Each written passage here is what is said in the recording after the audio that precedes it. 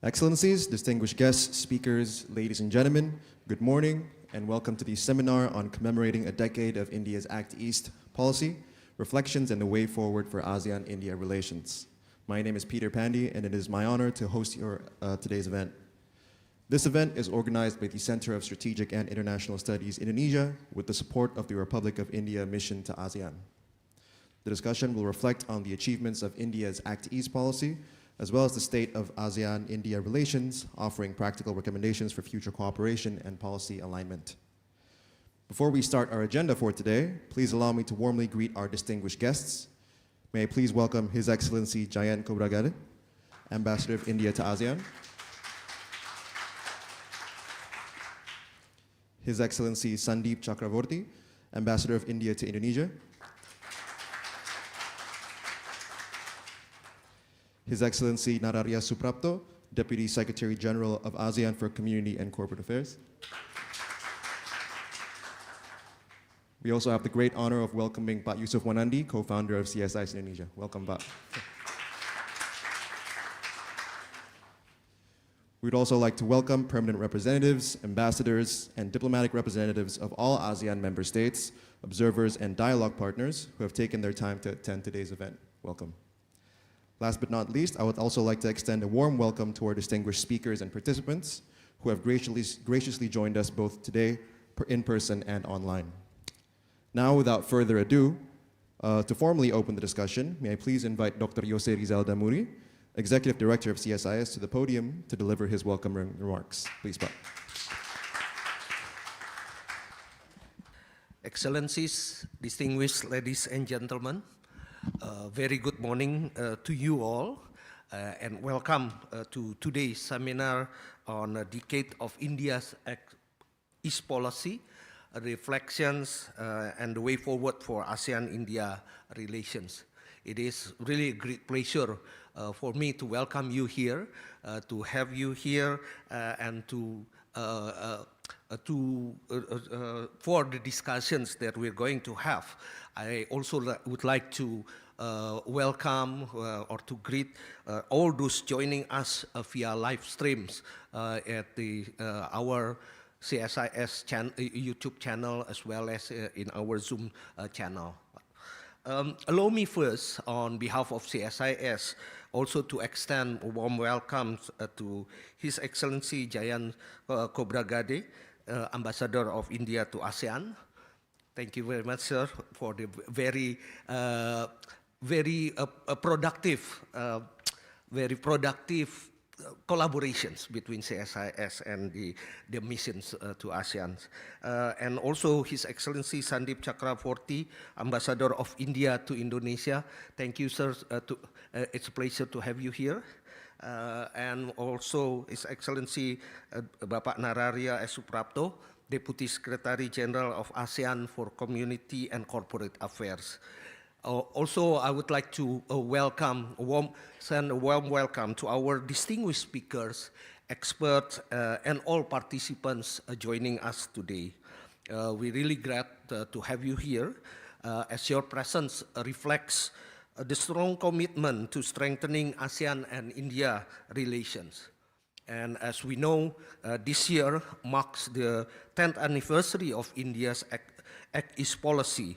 This is an important milestone in the evolutions of ASEAN-India relations.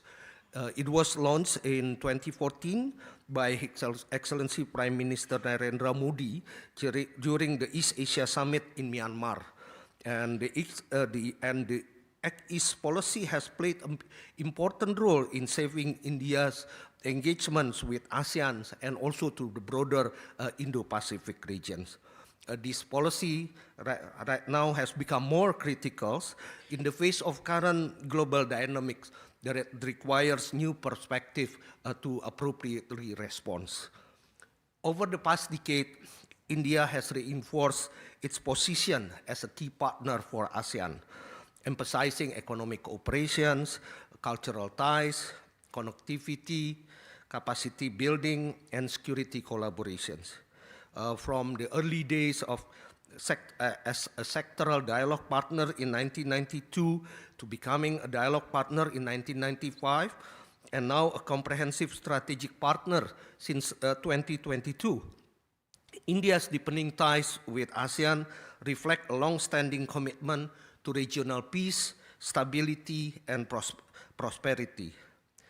At a time when global and regional dynamics are shifting rapidly, like what we are having today, India's engagements with ASEAN is more important than ever. The Indo-Pacific is currently witnessing intensifying strategic competitions, particularly amid the evolving US-China rivalry. And of course, you read in the newspaper every day now the recent erratic policies from Trump 2.0 administrations that potentially disrupt the global governance and the regional architecture that we already have today, nowadays. Both India and ASEAN can take proactive roles to respond to that situations. As a major player with historical, economic, and cultural linkage to the region, India has potential to serve as a stabilizing force, providing alternative pathways for regional resilience and cooperation. ASEAN, on the other hand, has also been equipped with some agency, potentials, and even platforms to contribute more, and actually ASEAN already play central role in the regional architecture. ASEAN continues to seek partners that can contribute constructively to peace, economic integration, and security framework.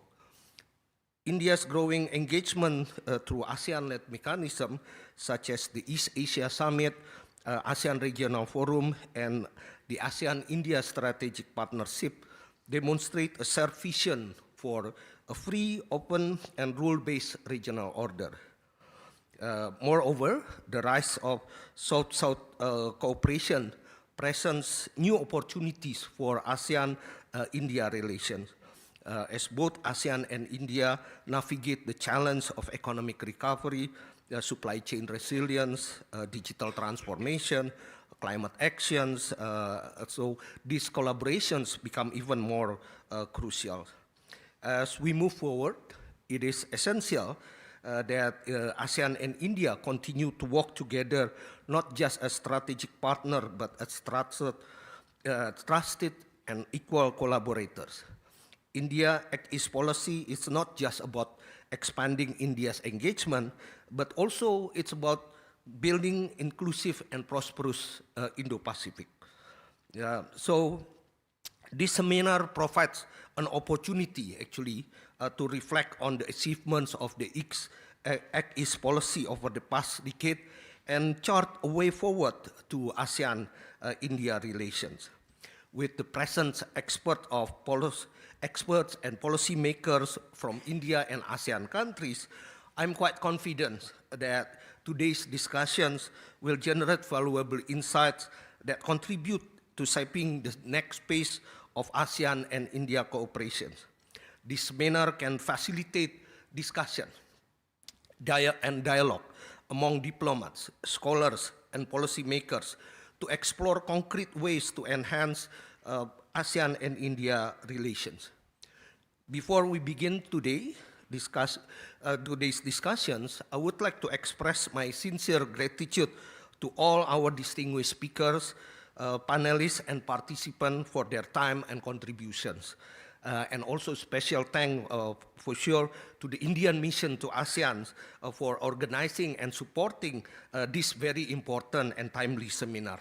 I really look forward to the insightful discussions ahead and hope that today's exchange will contribute meaningfully to the continued strengthening of ASEAN and India relations. Thank you very much.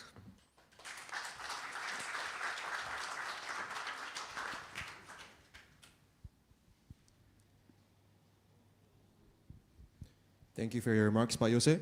Next, may I please invite His Excellency Jayant Khobragade, Ambassador of India to ASEAN, to deliver his opening remarks on India and ASEAN perspective on the India's Act East policy. Please.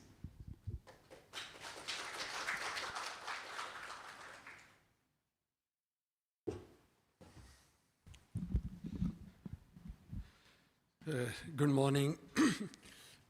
First of all, let me thank Mr. Yose Rizal, for his support to organize this function.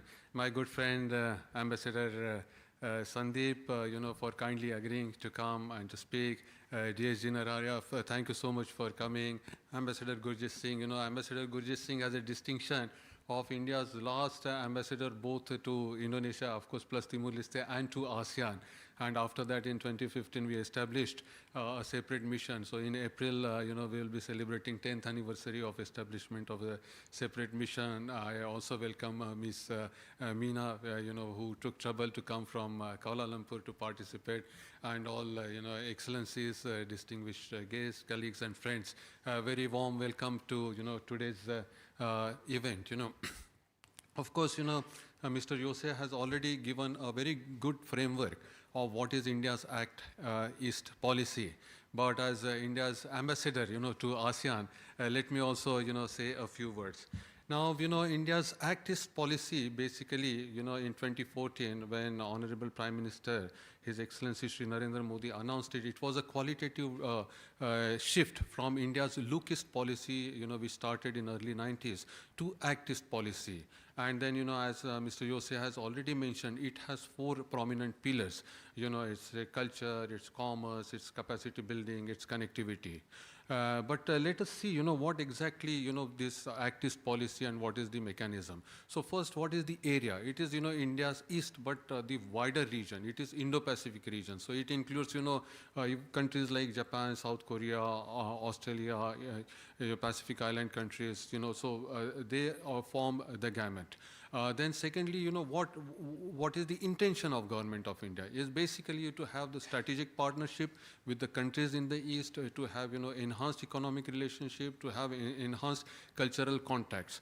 Then what is the mechanism? Mechanism happens through bilateral, regional cooperation, as well as multilateral. So in bilateral, of course, the bilateral relationship with the individual countries. In regional, there are a number of groups, Mekong, Ganga, BRICS, etc. I'll come to that a little later. And then ASEAN is, of course, one of the important regional groups. And then multilateral, whether it is UN, whether it is non-aligned movement, whether it is UNFCCC, etc. So this is the broader framework, the jurisdiction, the areas, and the mechanism. But why ASEAN? Why does ASEAN get prominence? So ever since the announcement of the policy, our leadership, Prime Minister Modi himself and the ministers have been emphasizing that ASEAN is at the heart of India's Act East policy. ASEAN is at the core of India's Act East policy. ASEAN has a special role in India's Act East policy. Now, how do you demonstrate that? So let's see. These 4 aspects. We talk about commerce. So these 4 pillars of Act East policy: commerce, culture, capacity building, and connectivity. Commerce. So for last 3 consecutive years, ASEAN has been India's 2nd largest trading partner. It is only next to European Union. So which means that trade with ASEAN is more than India's trade with United States, trade with China, so on and so forth. If you look at the investment, mainly because of Singapore, so 20% inbound investment and 20% outbound investment also happens with ASEAN. If we look at the trade in services, 15% of India's global trade in services happens with the ASEAN. So that is, the kind of commercial relationship which we are having with this region. In terms of, connectivity, now, of course, 8 countries of ASEAN member states are directly connected by air with India. Only Philippines and Laos are left, and I hope that, this year we'll have a direct flight between Manila and New Delhi, and followed by Laos.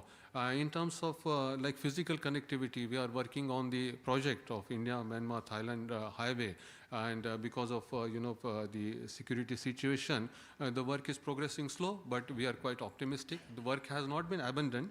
The work is progressing, and then it's going to be a game changer, because when this IMT and then IMEC happens, then ASEAN will get connected with Europe. So that is the ambition, that is the vision. But the most important aspect of connectivity is people to people. So if you look at the tourism figures, so ASEAN is a very popular destination for India's tourists. So around 16-17% of India's outbound tourists, they visit ASEAN member states.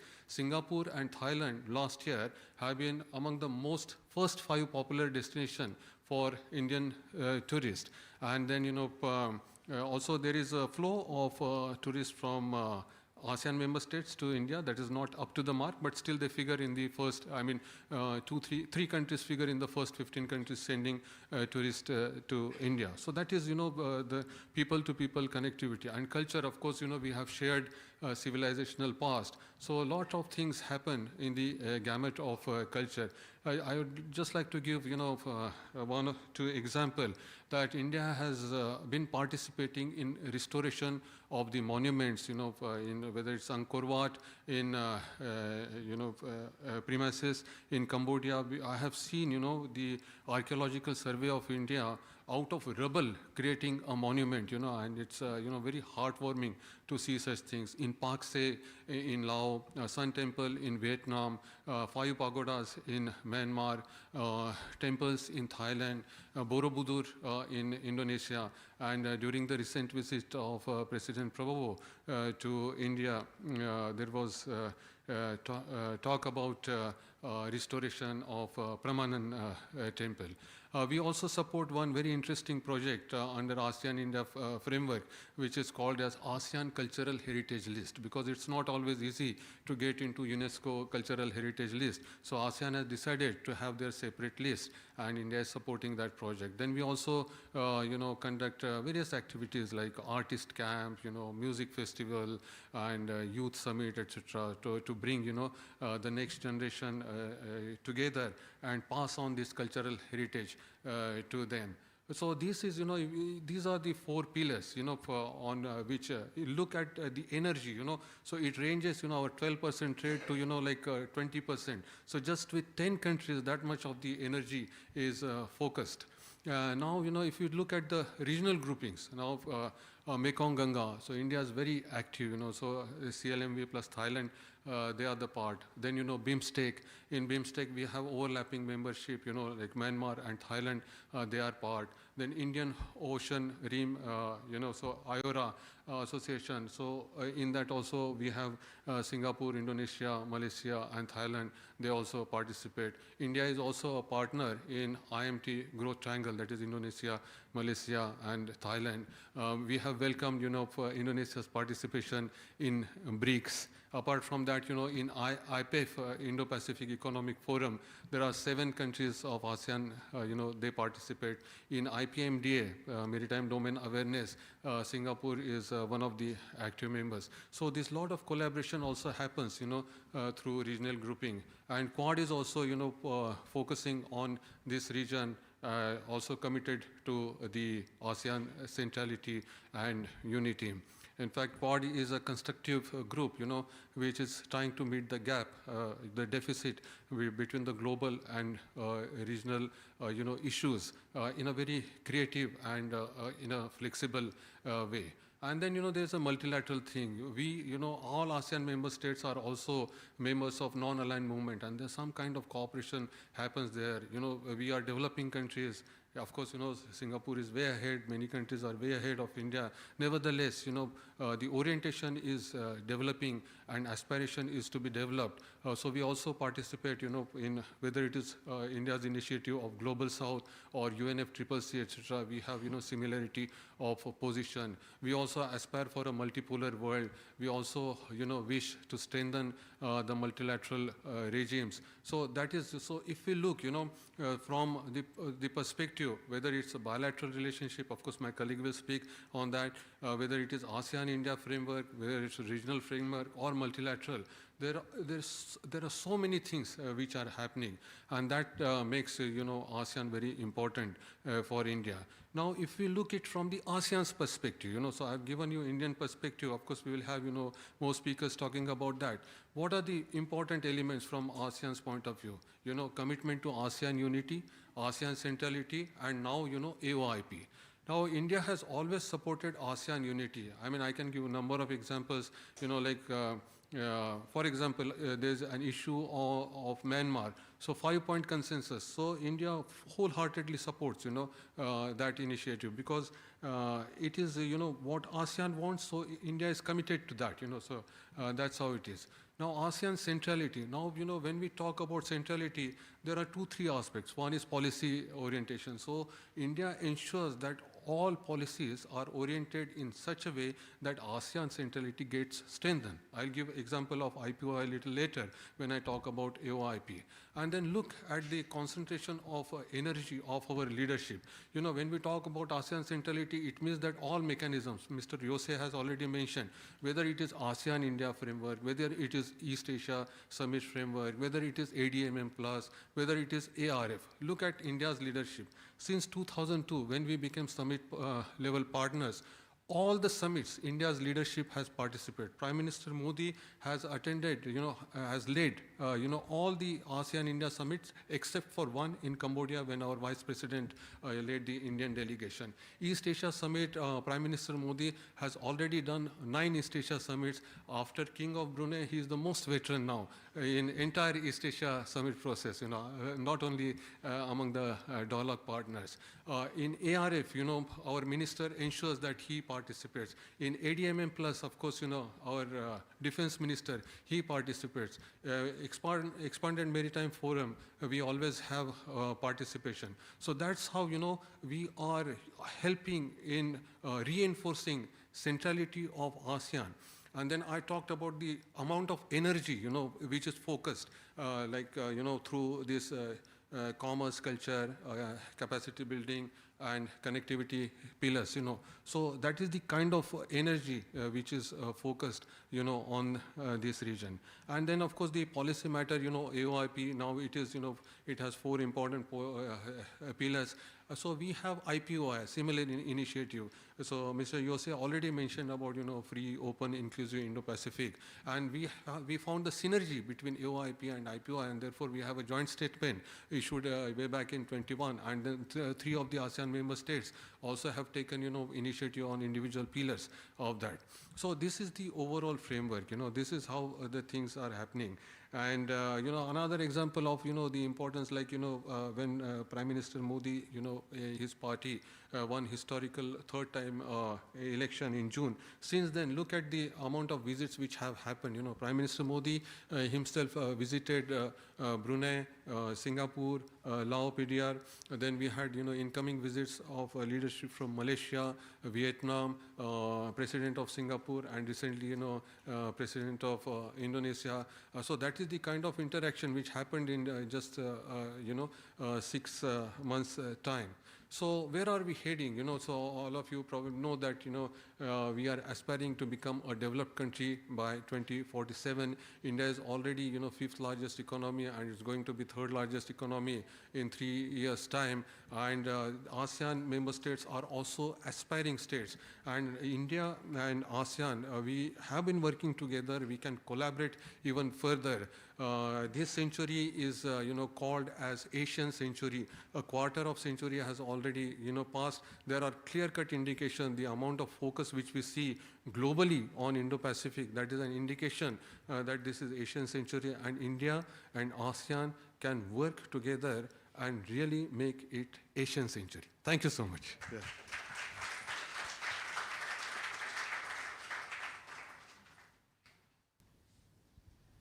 Thank you for your remarks, Your Excellency. Next, may I please invite His Excellency Sandeep Chakravorty, Ambassador of India to Indonesia, to deliver his opening remarks on a bilateral perspective on the Act East policy. Please.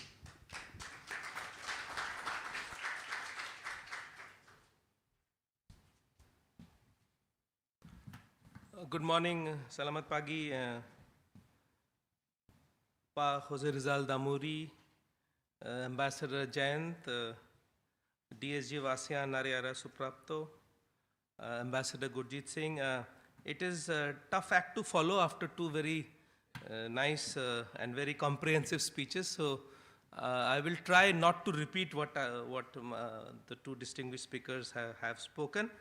And I will try to focus on the bilateral aspect, where I supposed to know more than others in this room, except perhaps Ambassador Gurjit Singh, who was here 10 years back, I think, and he likes to call himself, in comparison to serving diplomats and ambassadors, extinguished diplomat.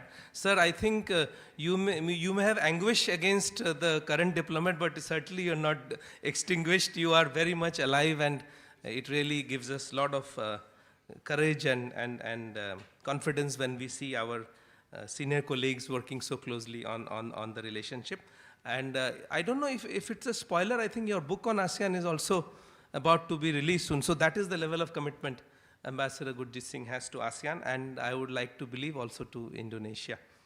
I believe from my personal perspective that ASEAN is the river on which the boats are sailing, and when the water in the river rises, all the boats sail better. So I think the work that our ambassador is doing in the Indian mission helps in raising the level of water in the river, in which I navigate the India-Indonesia boat. So thanks to the general upliftment of the relationship between India and ASEAN, the bilateral relationships are benefiting. We are a direct beneficiary of India's Act East policy. Ambassador Jayant spoke about ASEAN centrality. I would like to say that if ASEAN centrality is important for India and for ASEAN, I would believe and like to work on the premise that Indonesia is central to ASEAN. And Indonesia is the most important player in ASEAN, and it is 40% of the economy, 40% of the population, 40% of the land area. I think if ASEAN centrality is important, I would like to believe that Indonesia is central to ASEAN, and therefore the India-Indonesia relationship is also one of the important relationships in ASEAN. Now, talking about the success of the Act East policy, you see, normally the understanding is that if you succeed, you are given more responsibility. So, but in our case, it is absolutely different. Why? Now, Ambassador Jayant mentioned that Ambassador Gurjit Singh was ambassador to Indonesia, ambassador to ASEAN, and ambassador to Timor-Leste. But our Act East policy became so successful that the ambassador of India in ASEAN was the responsibility of being ambassador to ASEAN was taken away from him, and we have a new ambassador to ASEAN. Furthermore, indicator of success is when I came to Jakarta, I was ambassador to Indonesia and Timor-Leste. But I performed so well that they took away Timor-Leste from me. So I am only left with Indonesia. So I think it's maybe slightly counterintuitive and not follow logic, but I think it is an indicator of the success. Now we have, instead of one ambassador, we have 3 ambassadors, one to ASEAN, one to Indonesia, and one to Timor-Leste. I think it is very significant what is happening, and I have very regretfully, to personal regret, taken away Timor-Leste from my portfolio, but I'm very happy that we have an embassy, and soon we will have an ambassador. So it is one way of looking at the success of the Act East policy. The other way is the kind of attention we are getting from our headquarters. In 2018, we had the visit of Prime Minister Modi to Indonesia, and we elevated our relationship to a comprehensive strategic partnership. Another benefit of the ASEAN framework is that it allows, or rather any multilateral or plurilateral framework, is that allows meetings on the sideline. So as soon as I came here in 2023, Ambassador Jayant hosted Prime Minister for the India-ASEAN and the East Asia Summit. So we had a bilateral visit, and I had a bilateral visit in the first month of my arrival. So it helps, any visit. Just now we had the visit of return visit of President Provovo to India. You cannot imagine the impact it had on the bilateral relationship, both in India and in Indonesia. And many things which were, I would say, drifting or dragging comes into focus, and it gives new energy to the relationship. And Ambassador Jayant highlighted several other visits which have taken place since then. We have elevated a relationship to a comprehensive strategic partnership. We had, parallel to the ASEAN outlook on Indo-Pacific, we have with Indonesia the shared vision of maritime cooperation in the Indo-Pacific with Indonesia. We also started on something known as Andaman Aceh connectivity. I would say that we have not seen so much of progress, but it has given us a framework of engagement between India and Indonesia, on which several initiatives have taken place, and we promise to do much more. Ambassador Jayant mentioned about the recent visit of President Prabowo. What we derived from the visit is commitment of the Indian leadership to President Prabowo's Ashtachita policies, whether it is food security, whether it is free school meals, whether it is infrastructure, whether it is pharmaceuticals, whether it is health sector.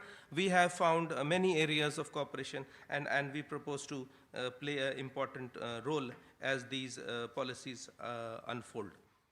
It also provided the relationship between India and Indonesia, the strengthening relationship also provides for other opportunities, and I think it's important to mention them. Ambassador Jayant mentioned Quad, but we also have two more frameworks on which we are working with Indonesia. One is the India-Australia-Indonesia trilateral framework, and also a very nascent India-France-Indonesia framework. So again, you know, the strength of the bilateral relationship encourages us to look forward and to work on other initiatives. And Ambassador Jayant also mentioned the India-Thailand-Indonesia growth triangle, where several proposals are on the board, and we may see progress on that as well.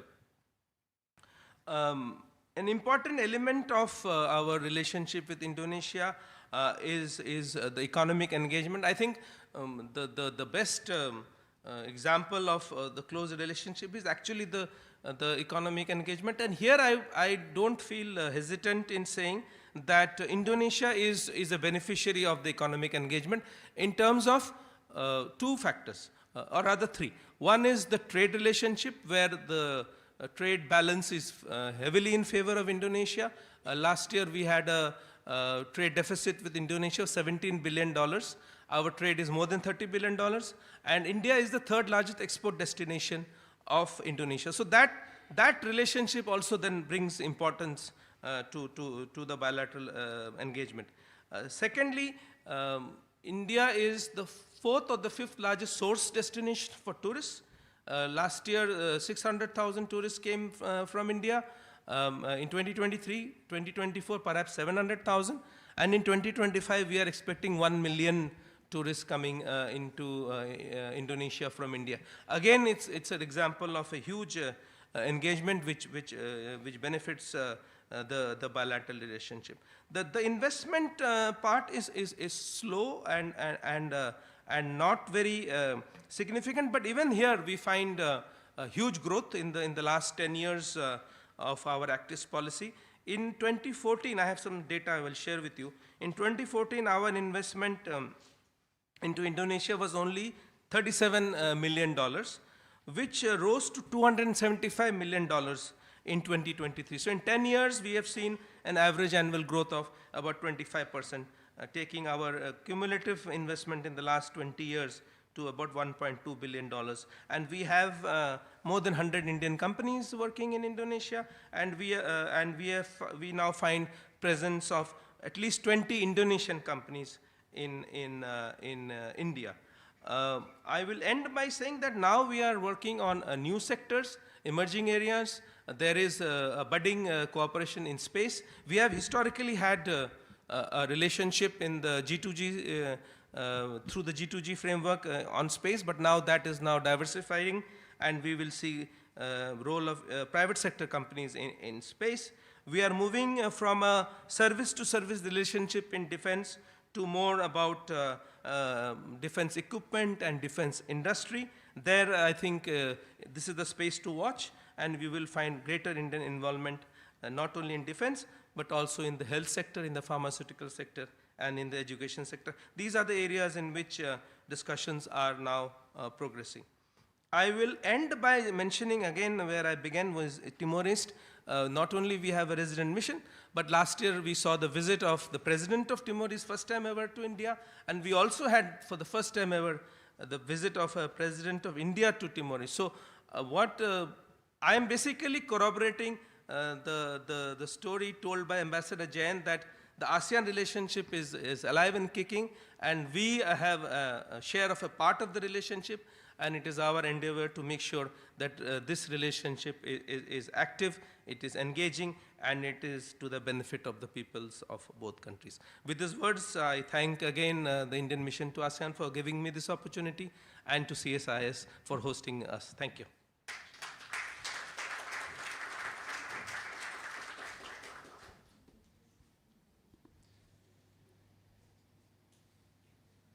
Thank you very much for your warm remarks, Your Excellency.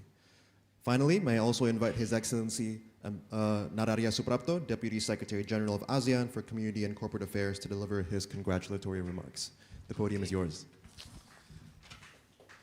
Good morning, everyone.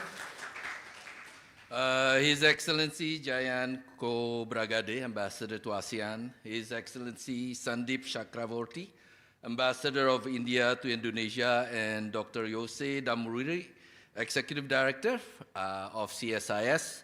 Thank you for your very insightful speeches and remarks that you made today. But you also have taken probably 90% of what I'm going to say. So I will try to elaborate from the ASEAN perspective, and hopefully you don't mind if I repeat many of the things that have been relayed. First of all, very much thank the CSIS for inviting me and the ASEAN Secretary generally to this commemoration of the 10th anniversary of India Act East policy. This is certainly a strategic vision that has deepened ASEAN-India relations and reaffirmed India's vital role in supporting the region's peace, stability, as well as prosperity.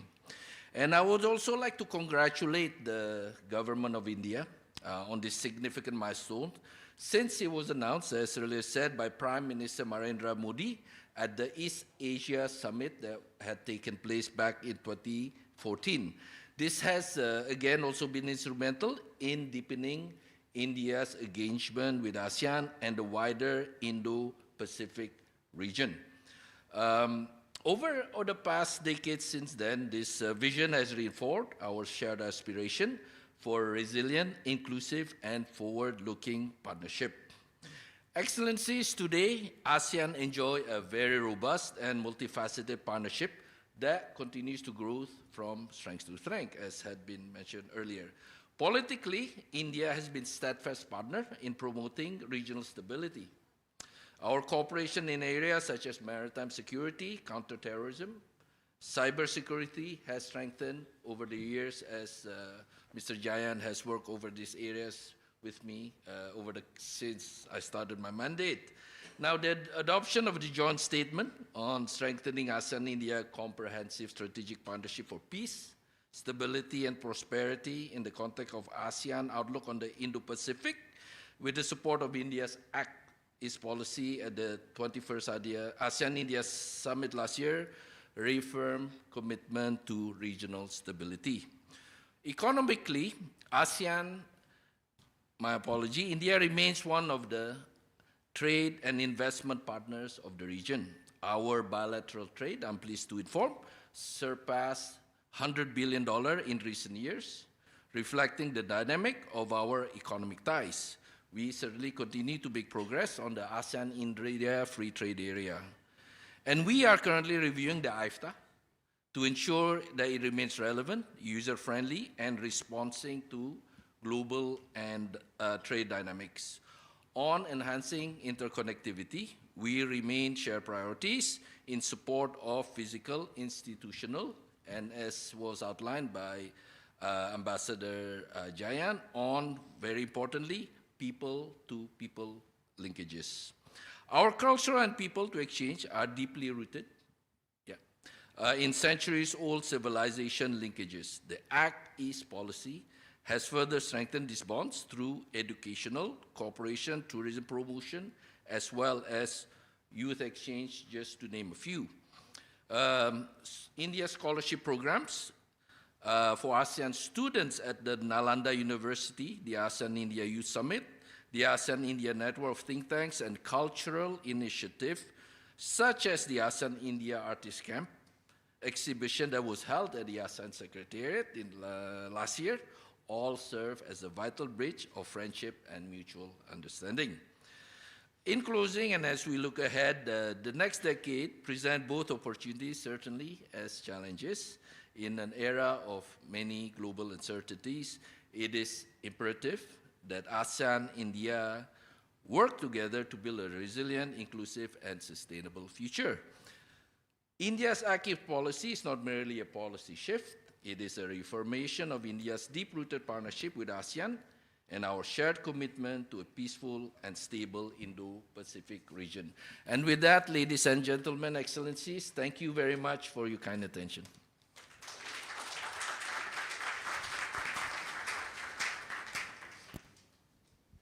Thank you very much, Your Excellency. Next, we'll proceed to the group photo session. And for this, I'd like to invite His Excellency Jayant Khobragade, Ambassador of India to ASEAN, His Excellency Sandeep Chakravorty, Ambassador of India to Indonesia, His Excellency Nararya S, Deputy Secretary General of ASEAN for Community and Corporate Affairs, Dr. Yose Rizal Damuri, Executive Director of CSIS, as well as the speakers and moderators of the discussion, His Excellency Mr. Gurjit Singh, former Ambassador of India to Indonesia and ASEAN, and former Ambassador of India to Germany, Ms. Yanitha Meena Lewis, Analyst at the Institute of Strategic and International Studies, Malaysia, Dr. Lina Alexandra, Head of the Department of International Relations at CSIS Indonesia, as well as other ambassadors present in the room to proceed to the stage for the photo session. Bye, Yusuf. Welcome back, ladies and gentlemen. Thank you for taking your seats. I hope you're feeling refreshed after the tea break. Moving on to the main session. Our main panel session today will be moderated by Dr. Lina Alexandra.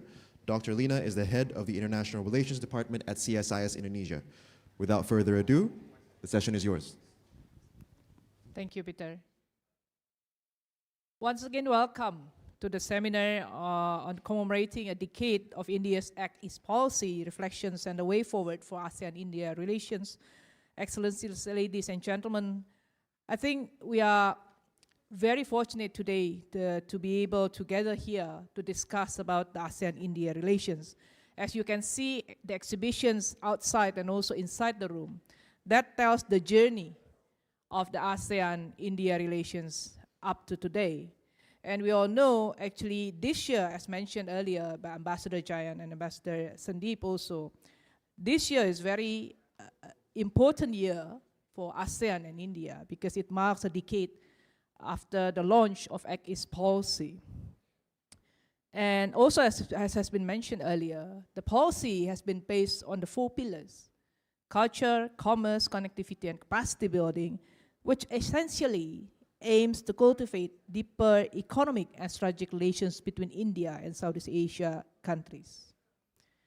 And I think Act East policy definitely is a concrete follow-up from India as it gains the status as ASEAN dialogue partners in 1995. More than it's like 3 decades ago, basically. And the ASEAN-India Comprehensive Strategic Partnership in 2022. And we have also learned from the remarks that we have heard this morning about how comprehensive, actually, India has participated and supported various ASEAN-led initiatives. And also with individual Southeast Asia countries, we know India has taken a lot of initiatives to increase, to enhance the ties, the commercial ties, the cultural ties, even the defense cooperation with different countries in Southeast Asia. And also as in terms of the bilateral relations, we know our President Prabowo has just visited India and also deepened the relations between the 2 countries. But I think in the context that we are living today, we know the reality that we are facing today is the intensifying great power rivalry. And that's why I think it is very timely to review as to what extent the Act East policy has been implemented so far and how it can be further materialized as Southeast Asia, as we are living here in the region, has become an arena for competition of these great powers. And we certainly look forward how India as a dialogue partners is truly materialized, fully committed to promote ASEAN centrality in the real context, in the real initiatives. And we all know, I think, the very pertinent discourse today, which is the Global South discourse, where India, we know, is seeking for a leadership in this context. And how the South-South cooperation within the context of India's relations with ASEAN and individual Southeast Asia countries could be strengthened to deal with the current global challenges, such as climate change, food security, energy security, and so on and so forth. And maybe I take my liberty as a moderator to actually pinpoint a very last question and also practical at the same time. You know, and we know India is a member of BRICS and also Quad, but also a dialogue partner of ASEAN.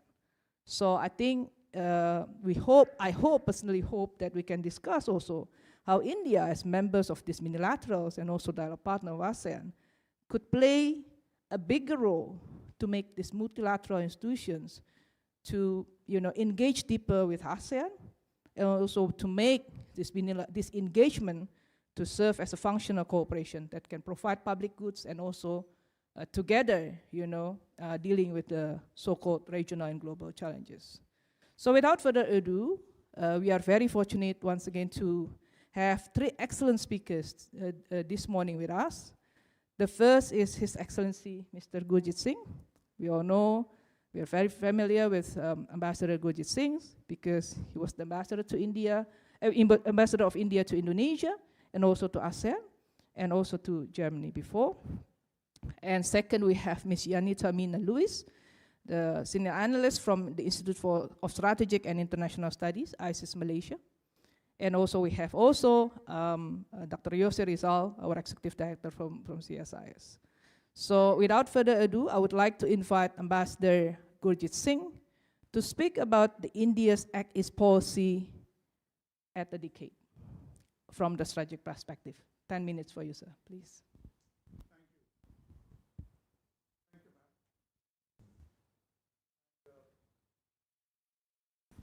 Thank you, ma'am, and I'm very happy to be with eminent co-panelists.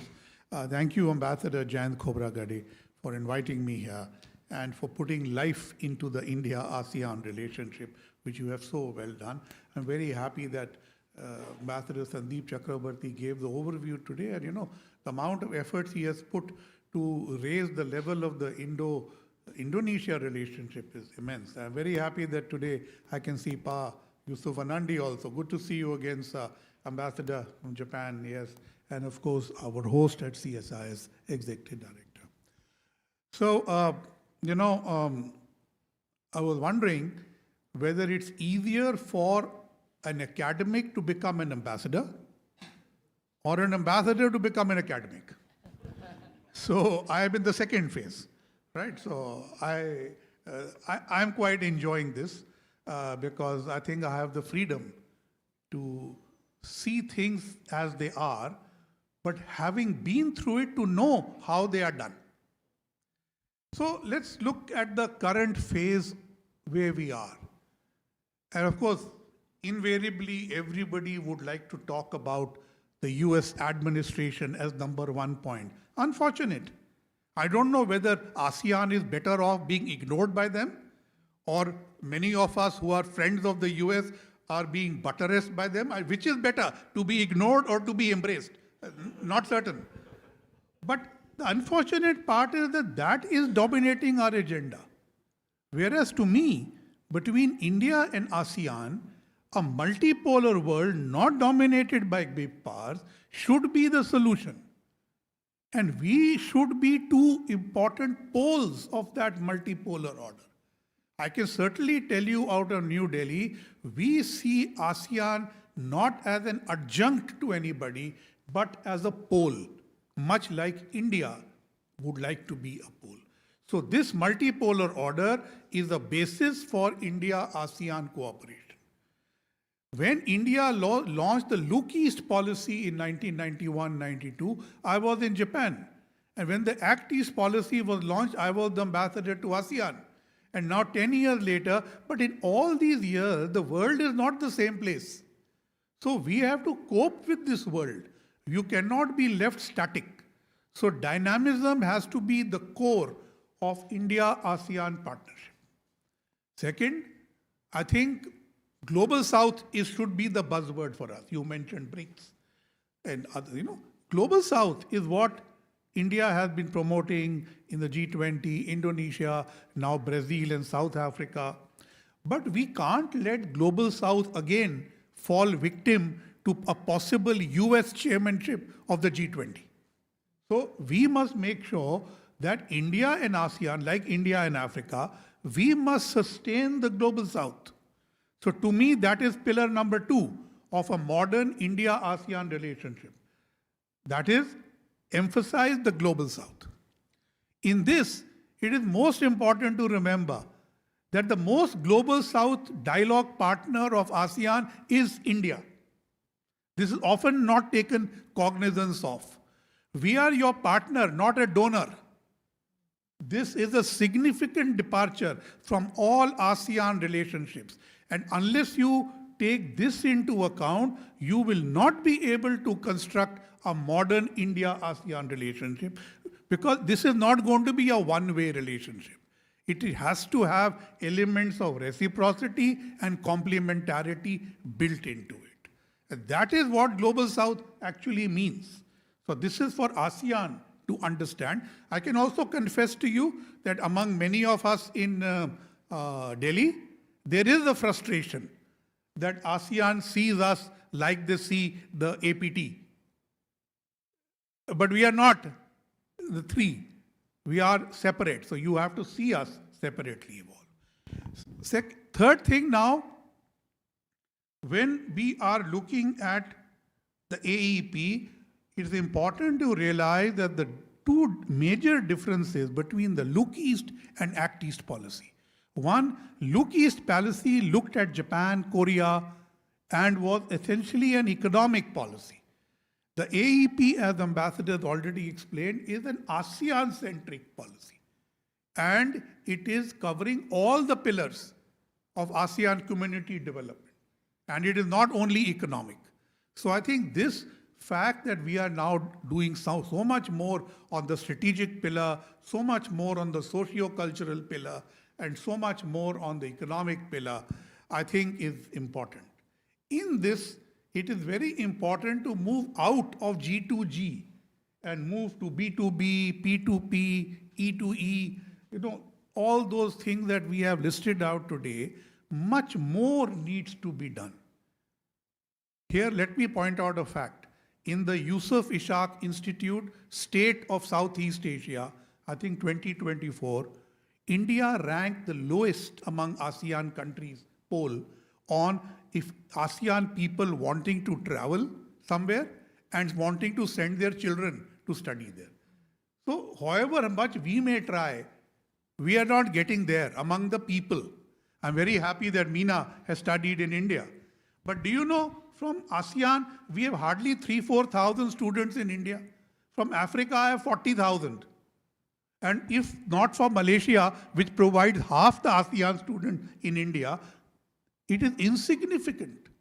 And same, I think, tourism was mentioned. So P2P has to have many more deeper dimensions. And this has to be done by both sides. Another facet of the AEP, it has a much larger ambit. We talk about the Indian Ocean Rim Association, the Sagar policy, which India announced in 2015, the IPOI of 2019, and the entire Indo-Pacific. This now unites us in a wider matrix. And we are supporting the AOIP fully. And in fact, the AOIP, IPOI, MOU that India and ASEAN have is perhaps one of the best tributes to ASEAN principles. Do we get enough reciprocity from ASEAN in looking at Indian initiatives? In 2014, when Act East policy was announced, Prime Minister Modi offered solar collaboration to ASEAN. And this is before he went to Paris to announce the International Solar Alliance. In 2023, when he came here for the ASEAN Summit for a day, he actually spoke about a connectivity corridor, because they were going to announce this for Europe, IMECC, at the G20 in a few days. So we have actually brought major initiatives on priority to ASEAN, but not got ASEAN response. So whether it's the Big Cat Alliance, the CDRI, the ISA, Biofuel Alliance, there are hardly any ASEAN countries participating, and certainly no ASEAN level response. Now, ASEAN should not expect that only their principles are for partners to adhere to. They should also look at what partners are doing and see value in them. That is my suggestion. Now, quickly moving, the global situation requires closer cooperation. You are moving under the Malaysian chairmanship now to the ASEAN Community Vision 2045. Very soon we must find the congruities between that and the AEP. And that will be the next step, how we'll engage in the next 20 years. Finally, I would like to say that there was a book 2 years ago by Ambassador Tomiko, Harneek Singh, and Moth Huzur on 30 years of India and ASEAN. And they pointed out that India and ASEAN are divided by trade, RCEP particularly, China, and the Indo-Pacific. I have often written that the Indo-Pacific unites us, it does not divide us. If you stop looking at it in the binary, which you mentioned right in the beginning, stop looking at it as a big two problem and start looking at it as our ocean, it is not a problem. Second, RCEP. I advise ASEAN to stop pegging the India-ASEAN relationship on RCEP. Focus on building trust by negotiating ITIGA in good faith. When you talk of trust, which often ASEAN people tell India, ASEAN, to us in India, trust first means honest negotiations on trade. We are watching your ITIGA. If you do that well, RCEP may happen one day. Finally, China. India does not expect ASEAN, to comment on India's problem with China. We have never seen any ASEAN country talk about the border problem that we have with China. But ASEAN always wants Indian endorsement of the Code of Conduct, South China Sea, UNCLOS, which we happily provide because they are universal principles. But there's no reciprocity on this, and neither do we ask. But once you understand this, then don't stay content with, okay, we also got Indian endorsement to UNCLOS, Code of Conduct. You have to understand that we can build a relationship beyond China. China is not going to be the arbiter of what India and ASEAN can do together. Today in the world, India is not the creator of global problems. India cannot solve every global problem, but tries to be a part of it. But let me assure you, India today, you cannot solve any global problem without India. I'll stop there. Thank you.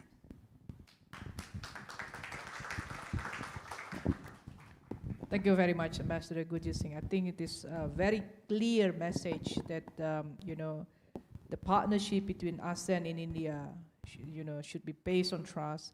And basically the point that you mentioned is India wants to be treated as real partner, not only as a donor that actually have a very shallow relations with ASEAN. Now I would like to invite Ms. Yanitha Meena from ISIS Malaysia to give a presentation on the security dynamics in India's Act East policy, ASEAN's view of India's role in Indo-Pacific security frameworks and ASEAN-led mechanisms. Also 10 minutes, please. Thank you so much, Dr. Lina. A very good morning, ladies and gentlemen. Such an honor to be part of this very stellar panel. I'd like to thank our friends at CSIS Indonesia and also the India mission to ASEAN for this terrific opportunity. I think it's a very timely conversation that we're having, and I'm also deeply cognizant that I'm the anomaly here. I'm from Malaysia with the Malaysian perspective. I think we've heard a lot about the ASEAN perspective, the Indonesian perspective, and also the Indian perspective. So I think for me, it's about sort of taking a step back and really understanding the context of the conceptions of India's Act East policy. Because I'm sure we know that the Act East policy has been redesignated by Prime Minister Modi in 2014. And what this did was sort of reinvigorate the India's engagement with Southeast Asia.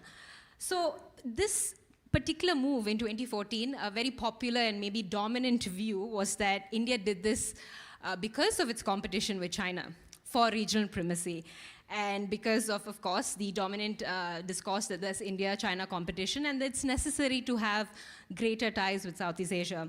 So of course, China's influence in Southeast Asia has increased. And for India, enhancing relations with Southeast Asia to remain relevant in the region, and of course, against the backdrop of very non-existent or precarious South Asian regionalism as well. So this is, of course, the dominant view. But unfortunately, when you make India's engagement with Southeast Asia or the Act East policy itself about China, then you discredit that India has interest in Southeast Asia independent of Beijing and vice versa. And this is a grave misconception, and I completely agree with Ambassador Singh on that. While often troubled with US-China rivalry, Southeast Asian countries do not allow themselves to be mired by the India-China equation. And this I can say from a Malaysian perspective. It is not our strategic reality, contextually and geographically either. A luxury, of course, that South Asian countries can't afford. But for observers and analysts to sort of force the China factor in our relations with China is a grave disservice to the relationship. And of course, it's reckless and oblivious to the unique and intricate nature of these ties.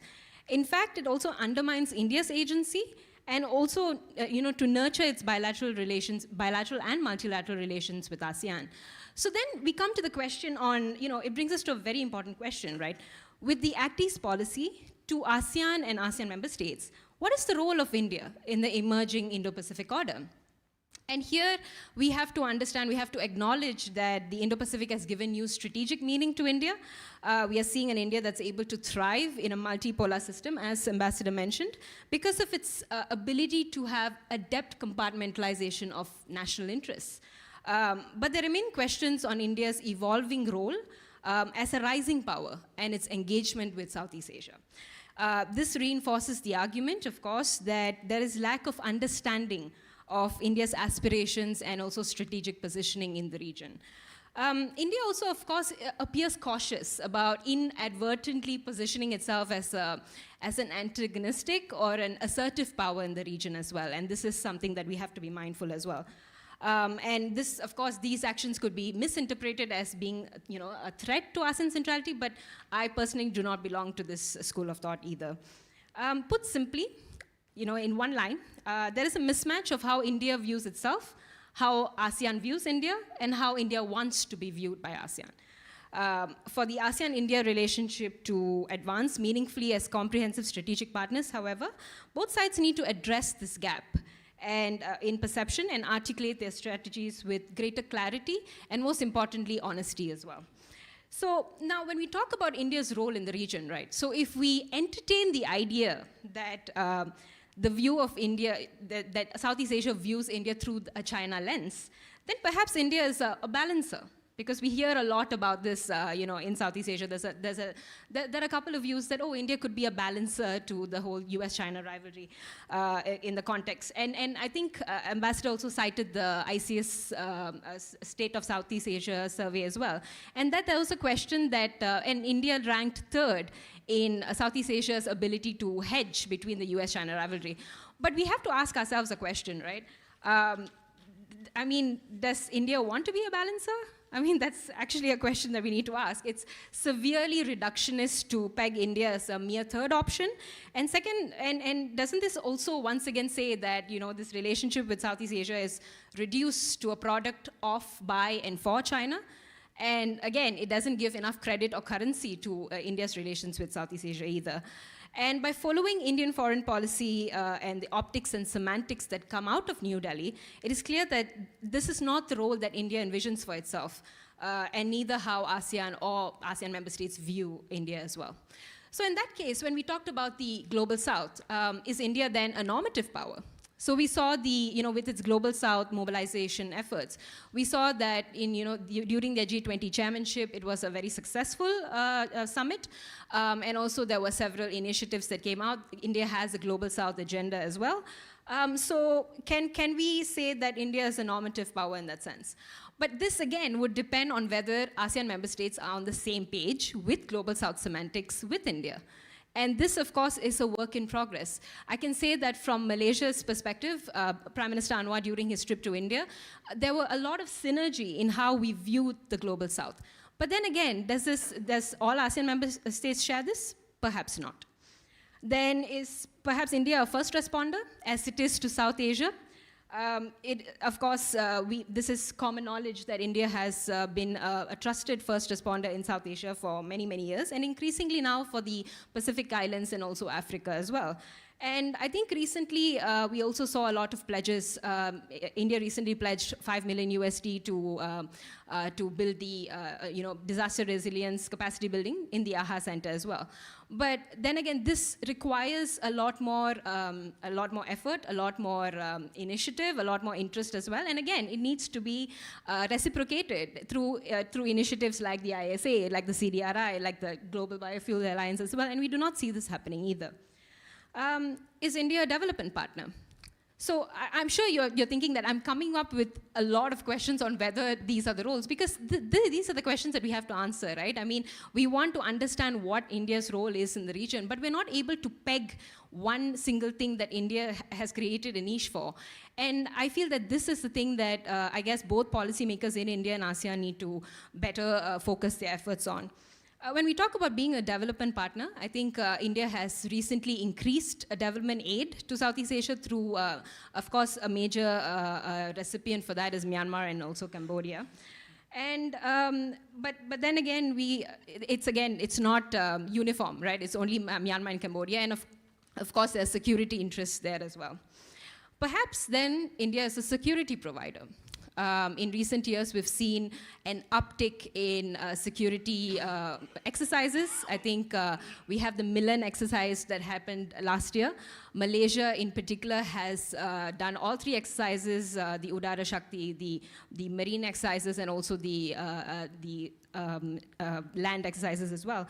So this is perhaps something that India can carve its niche for, because we see that it goes beyond traditional security. It talks about non-traditional security as well, and India is beginning to carve a niche for itself in the cybersecurity realm, which is basically the structure of it is seen in the Comprehensive Strategic Partnership for ASEAN and also bilaterally.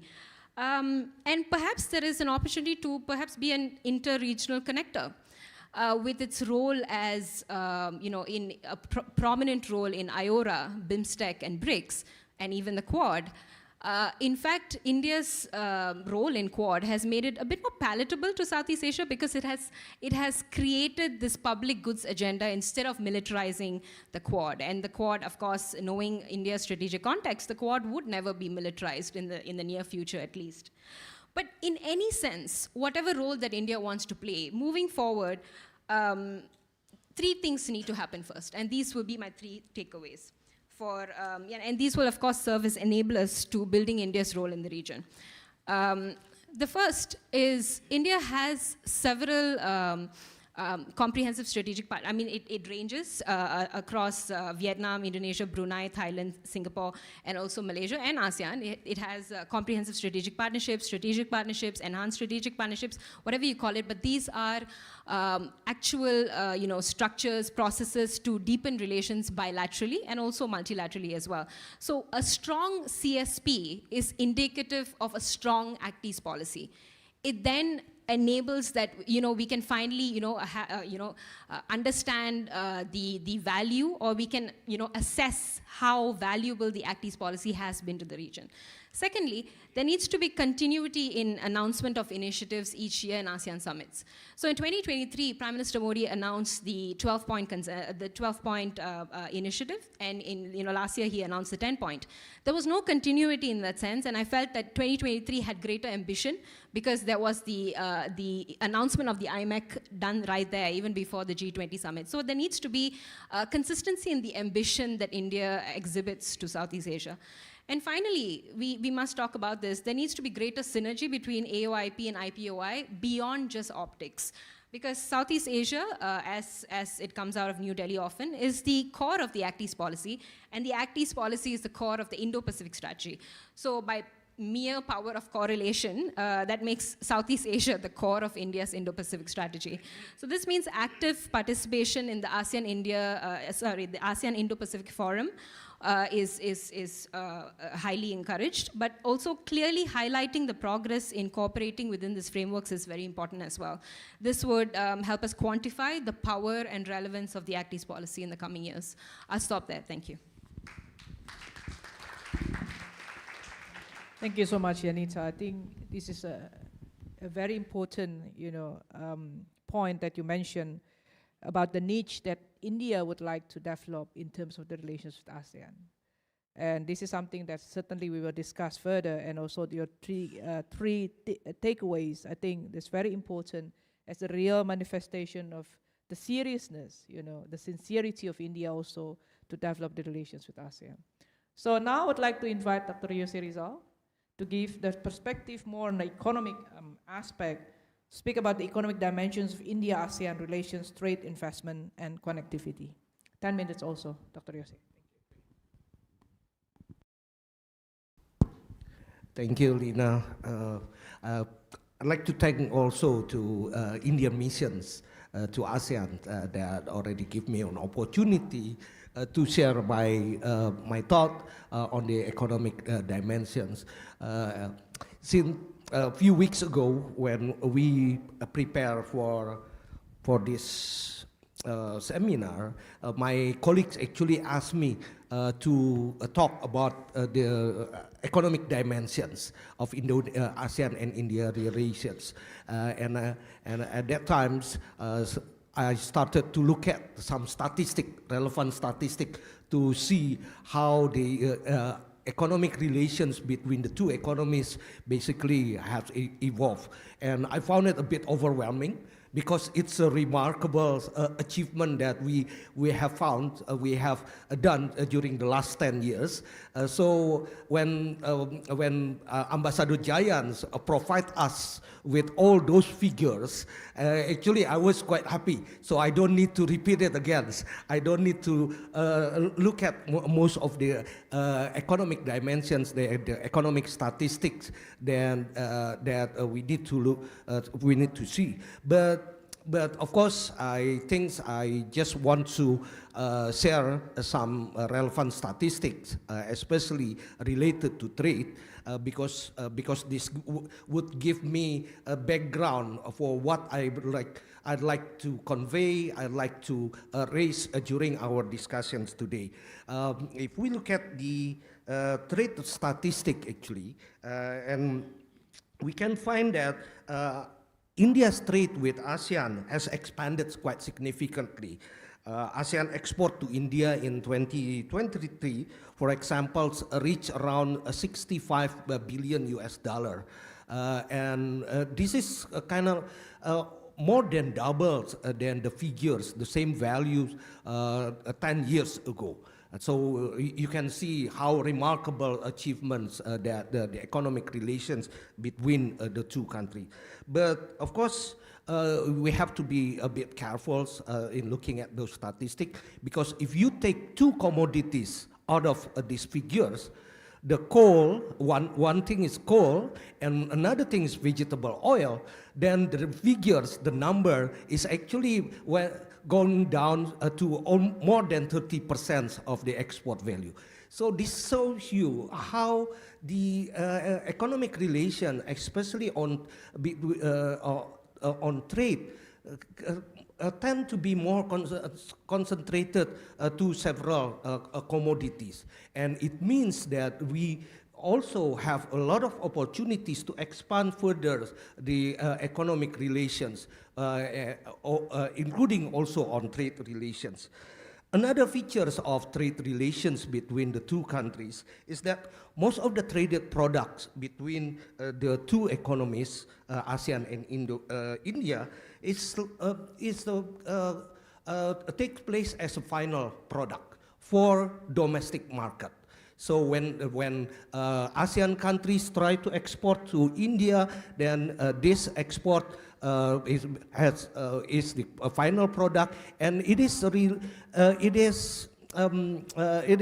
purpose is to serve domestic market of India. We know that the size of the market is big, but this is a bit better, a bit different when we look at the patterns of trade among Southeast Asian countries or in East Asia and Pacific, because most of the traded products here in Southeast Asia is part and components, intermediate inputs for further processing. So this kind of feature is missing from India and ASEAN trade relations. So what I like to highlight here, we don't really see the involvement of supply chain. We don't really see the emergence of supply chains in our trade relations. And this can be also observed when we look at our investment pattern between ASEAN and India.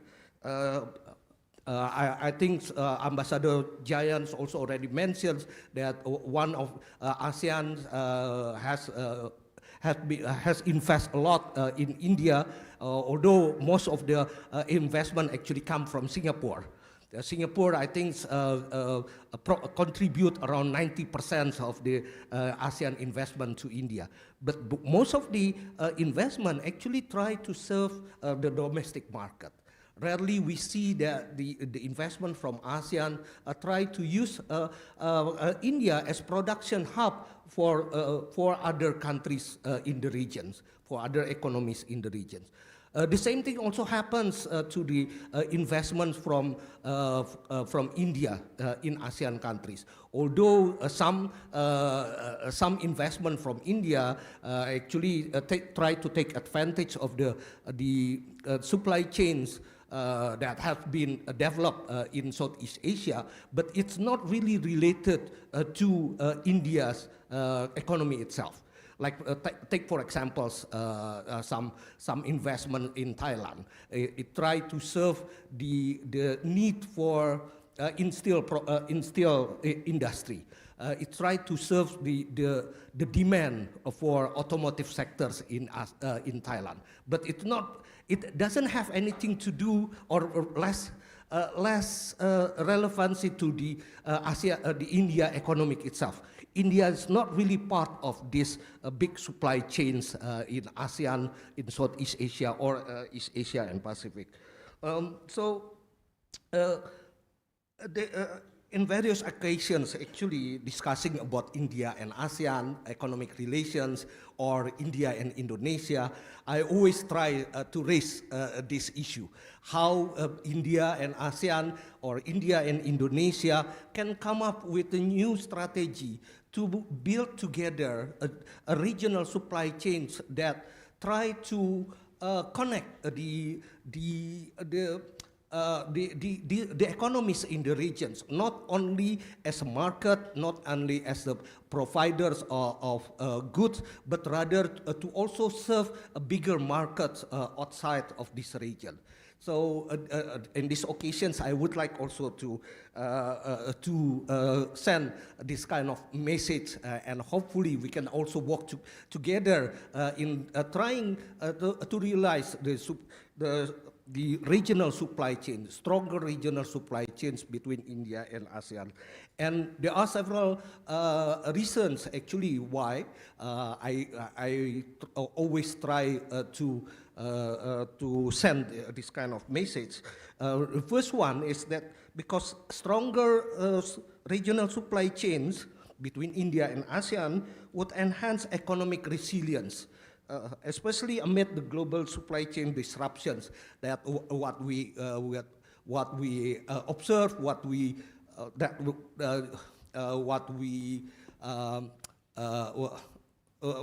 happens during the COVID-19 or the Ukraine war. And regional India and ASEAN supply chain can provide buffer capacity and reduce risk from external shocks.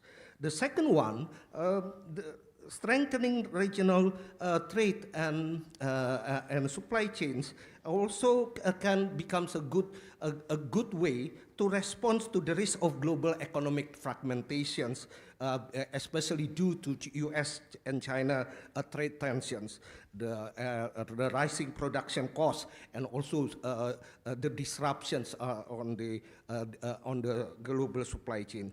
This stronger India-ASEAN supply chains would allow business to source components regionally instead of relying only on certain sources. The third one, we can take advantage of the current geopolitical situations. By creating our own supply chain, we can also take advantage from the reallocations of China Plus One strategy that numerous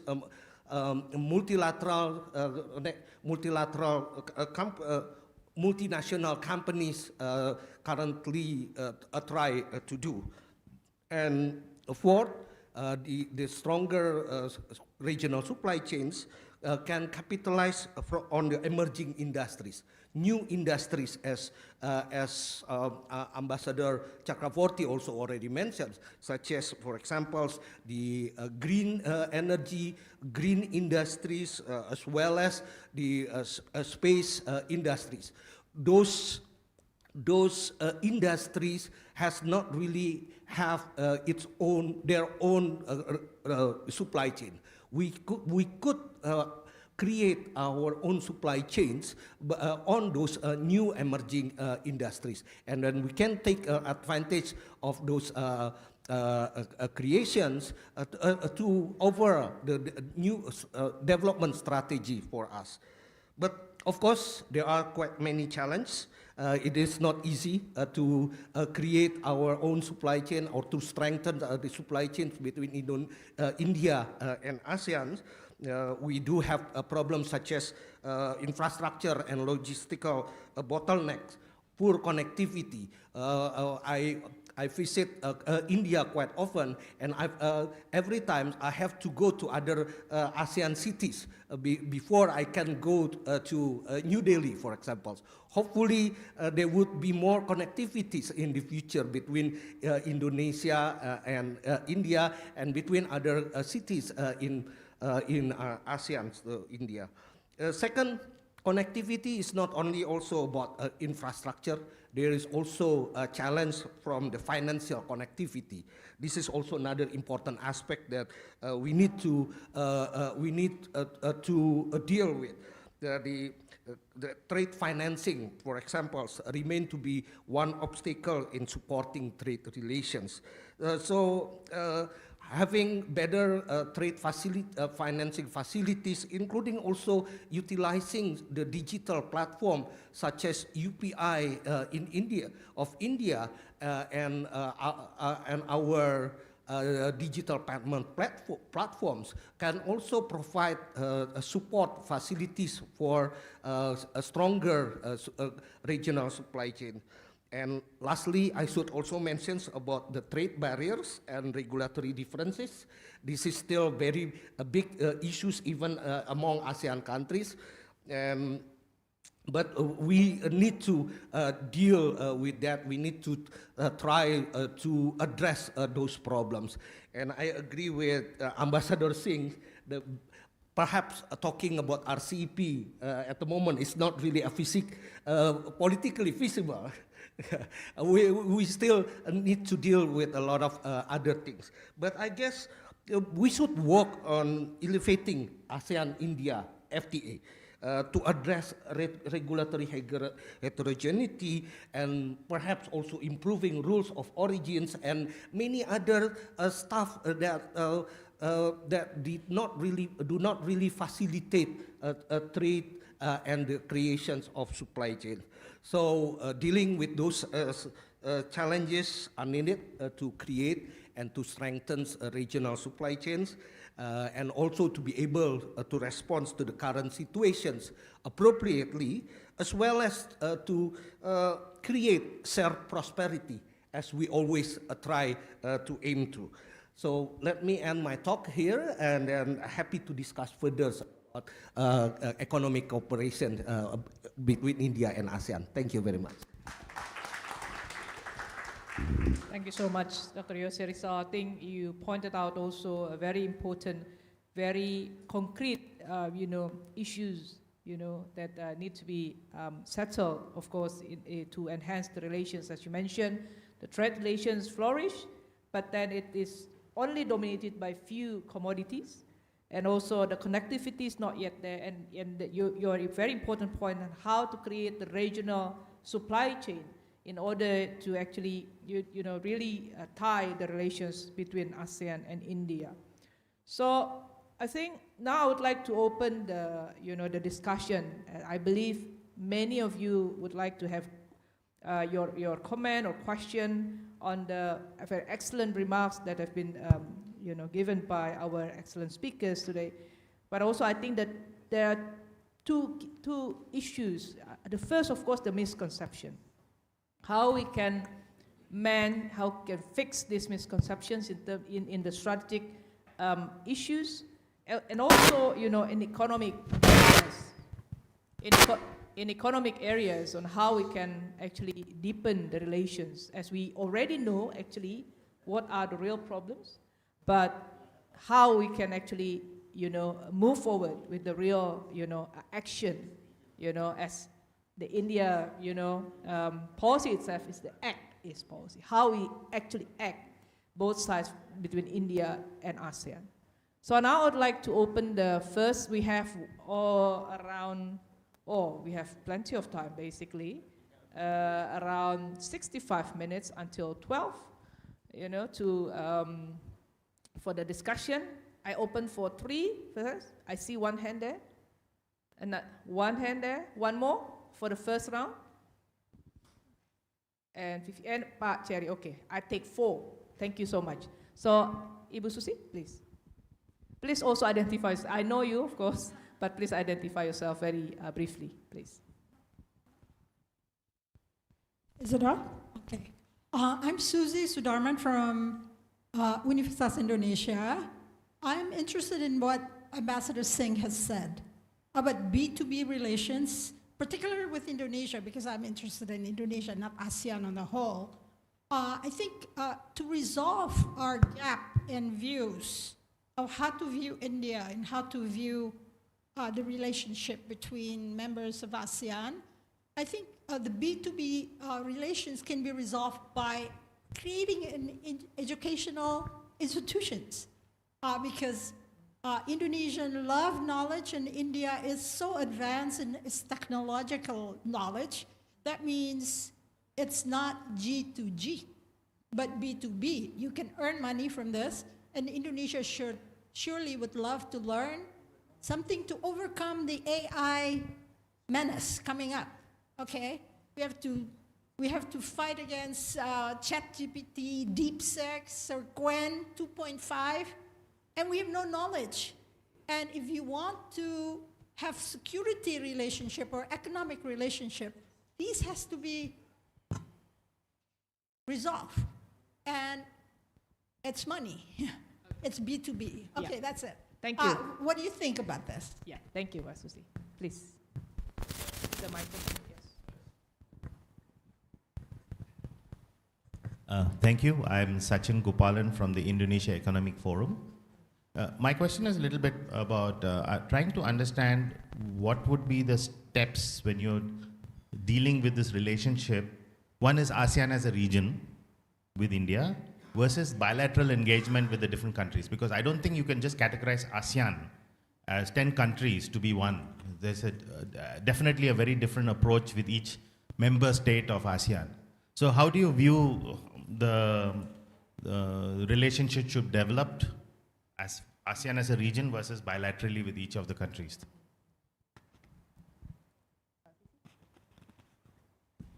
Please, the microphone. Okay. Thank you so much, Excellencies, for your very insightful presentations.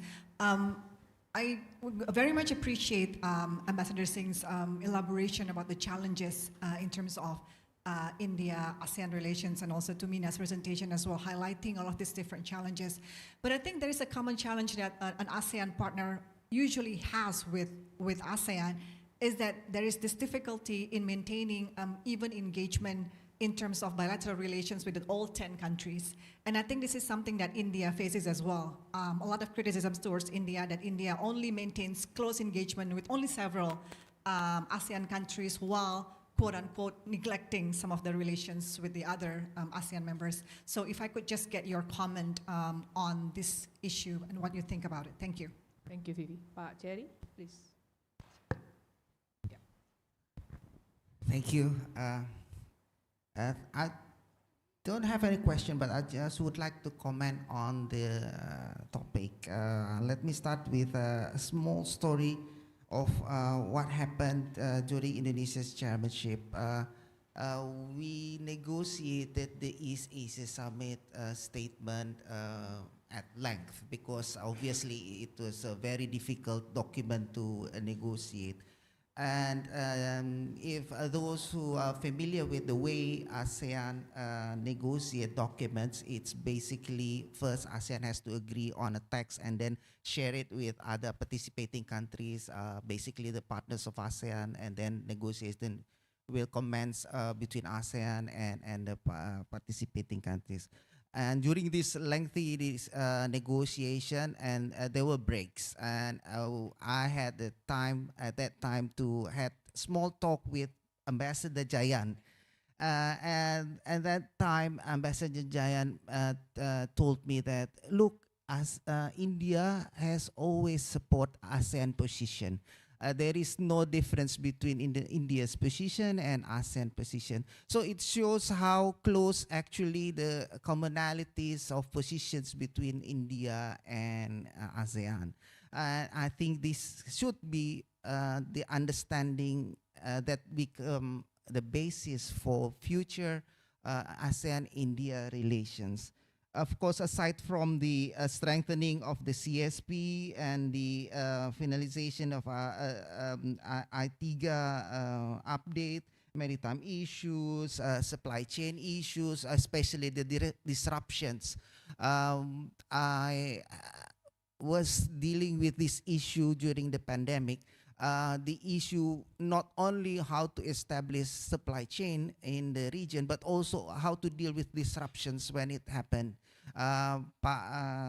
Jose mentioned about the situation we had during the pandemic, also as the result of the situation in Ukraine, the war in Ukraine. So these are the things that in the future I think ASEAN and India should be focusing on.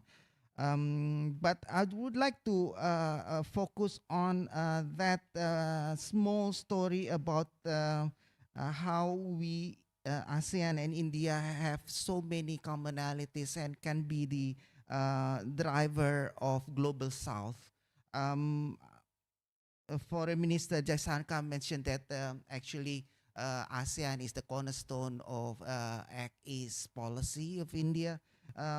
Actually, for ASEAN, India is not only important but also critical in strengthening and developing the regional architecture.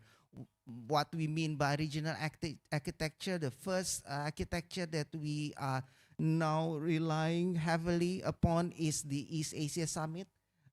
based on our common interests and common understanding of how the regional architecture operates. I think ASEAN and India has the potential to strengthen the East Asia Summit in the future. Also, when we look at how ASEAN nowadays develop its external relations, ASEAN is shifting slowly from the pattern of relations where the relation is traditionally between donor and recipient, between ASEAN and its donors, and shifting towards a more equal relations manifested in 2023 by the establishment of relations first between ASEAN and PIF and ASEAN and IORA, and then the summit between ASEAN and GCC. So it's an effort from the ASEAN to move slowly beyond relations characterized by donor-recipient dynamics.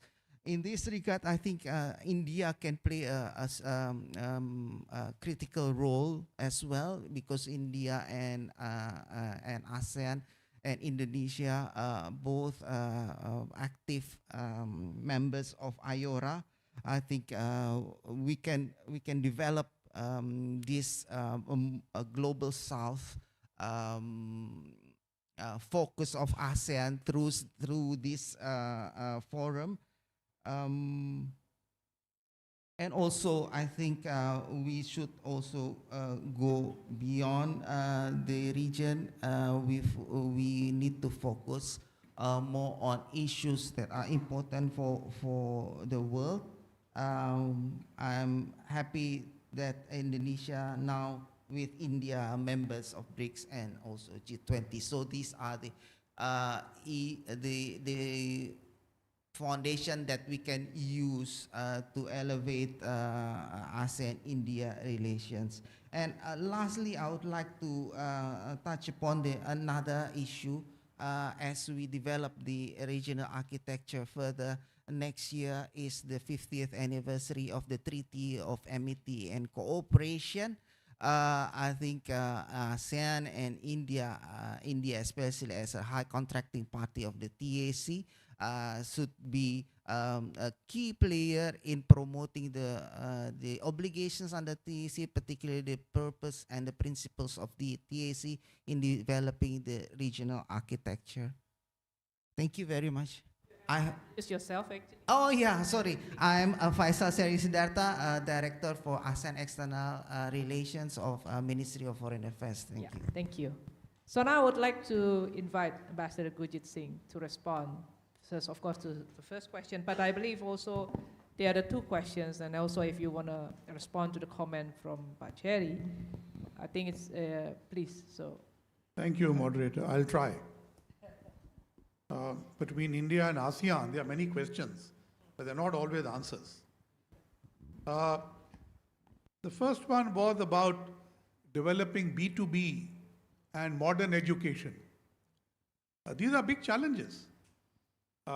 During the recent visit of President Prabowo, there was concurrent business session and concurrent CEOs forum.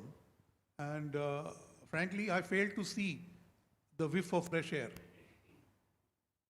You see, to run a CEOs forum, you don't need a presidential visit. You should separate the B2B from political summits and have CEOs who are ready to work with each other, like now you have on the hospital sector. So the areas where Indian and Indonesian CEOs, for example, are actually talking to each other, so we have to expand them and create this forum which will meet regularly among them without waiting for political patronage and build synergies and complementarities. That is frankly missing. Secondly, when you talk of SMEs, there is a total mismatch with Indian SMEs. You have to do some basic work and find the matchmaking. I was there in that session when the so-called matchmaking was taking place. And frankly, there was none. So I felt very disappointed that after so many years, we are still where we are.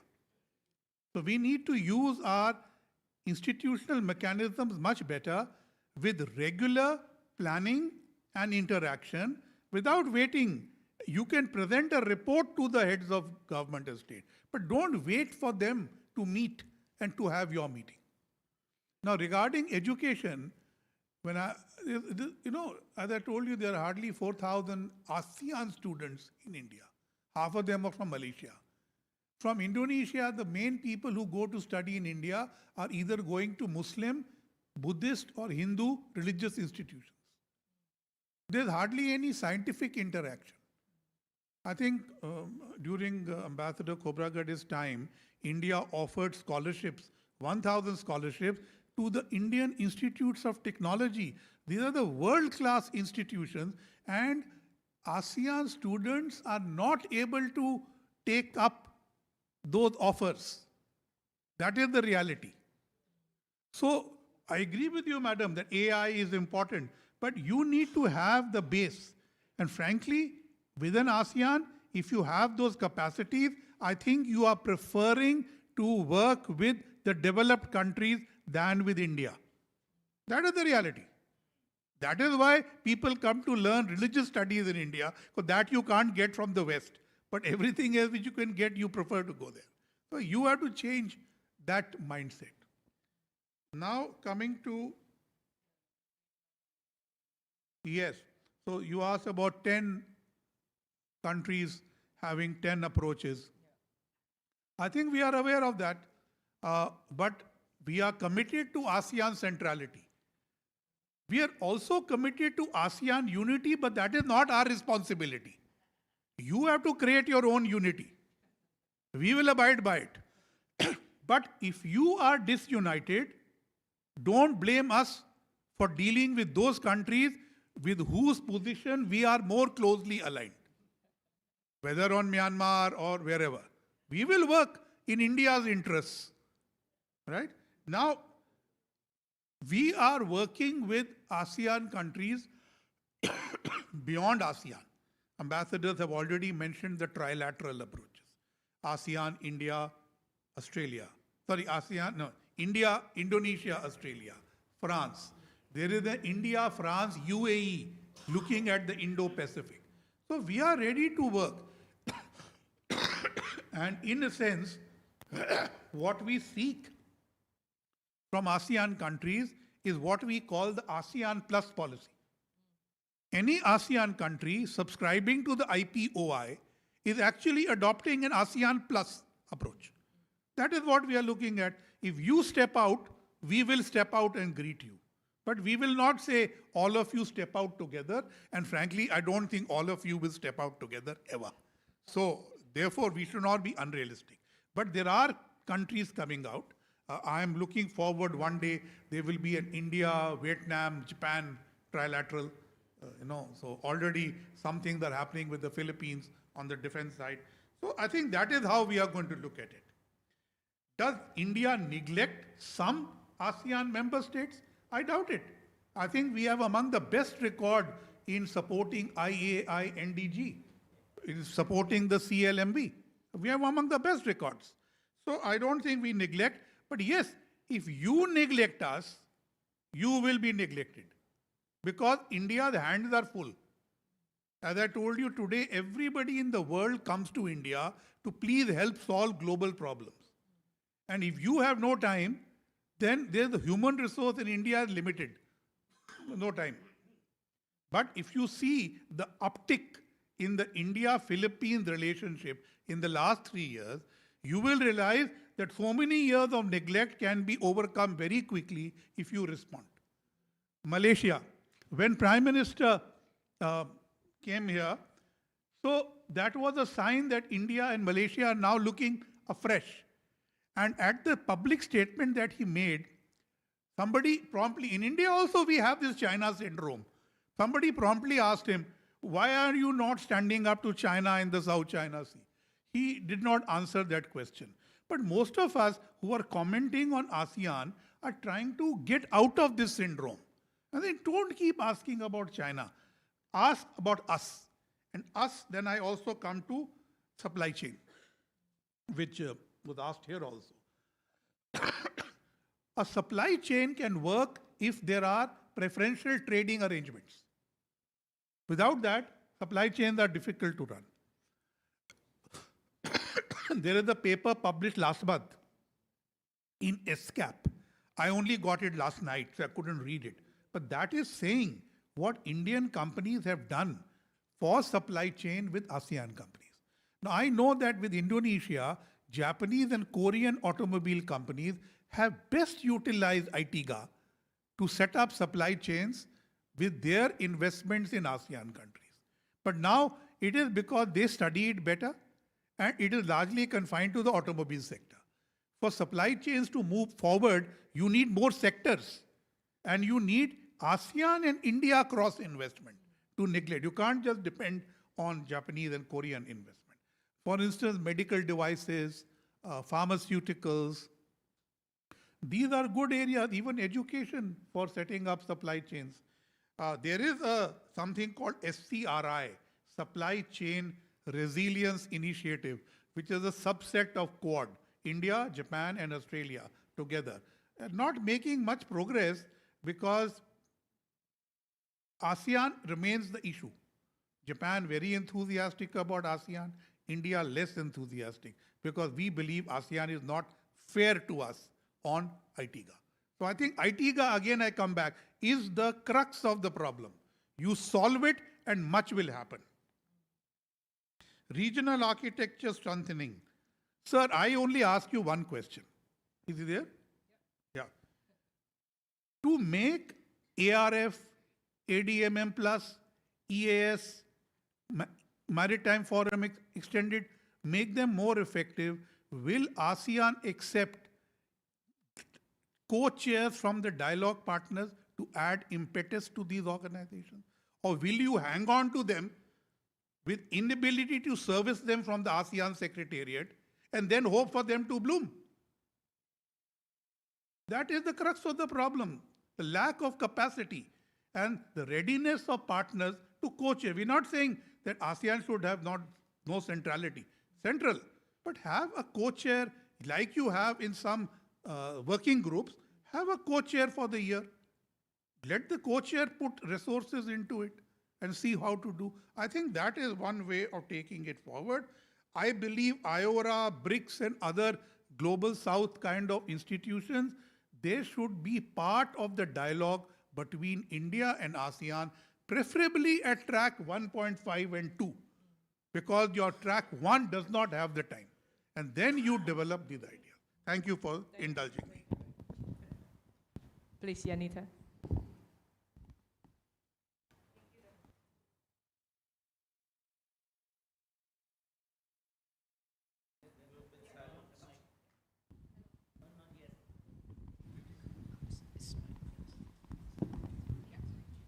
Thank you so much, Dr. Lina. Thank you, Ambassador Singh, as well. I'd like to maybe respond to Ibu Suzi's question as well. I think it resonates a lot with the idea that maybe not many people know that India has a very thriving startup ecosystem. And I think a couple of years ago, we heard that there were, the birth of many unicorns as well. And so I think this was basically primarily can be attributed to the incubator hubs in India itself. And so a couple of years ago, I think I remember during an interview or something like that, I had this idea that maybe these incubator hubs should be extended to ASEAN, because knowledge transfer, technology transfer can actually happen through these methods as well. And as Ambassador Singh mentioned, the IIT scholarship. Okay, let me just share this anecdote. So when I was studying in India, I actually wrote the IIT-G exam. Did not get in because it's very, very competitive. But at the same time, IIT is actually a very prestigious institution. Recently, since I'm from ISIS Malaysia, we actually had a delegation go over to IIT Madras and have some talks and collaborations on green energy, green technology as well. So this is actually a very good opportunity for ASEAN as well.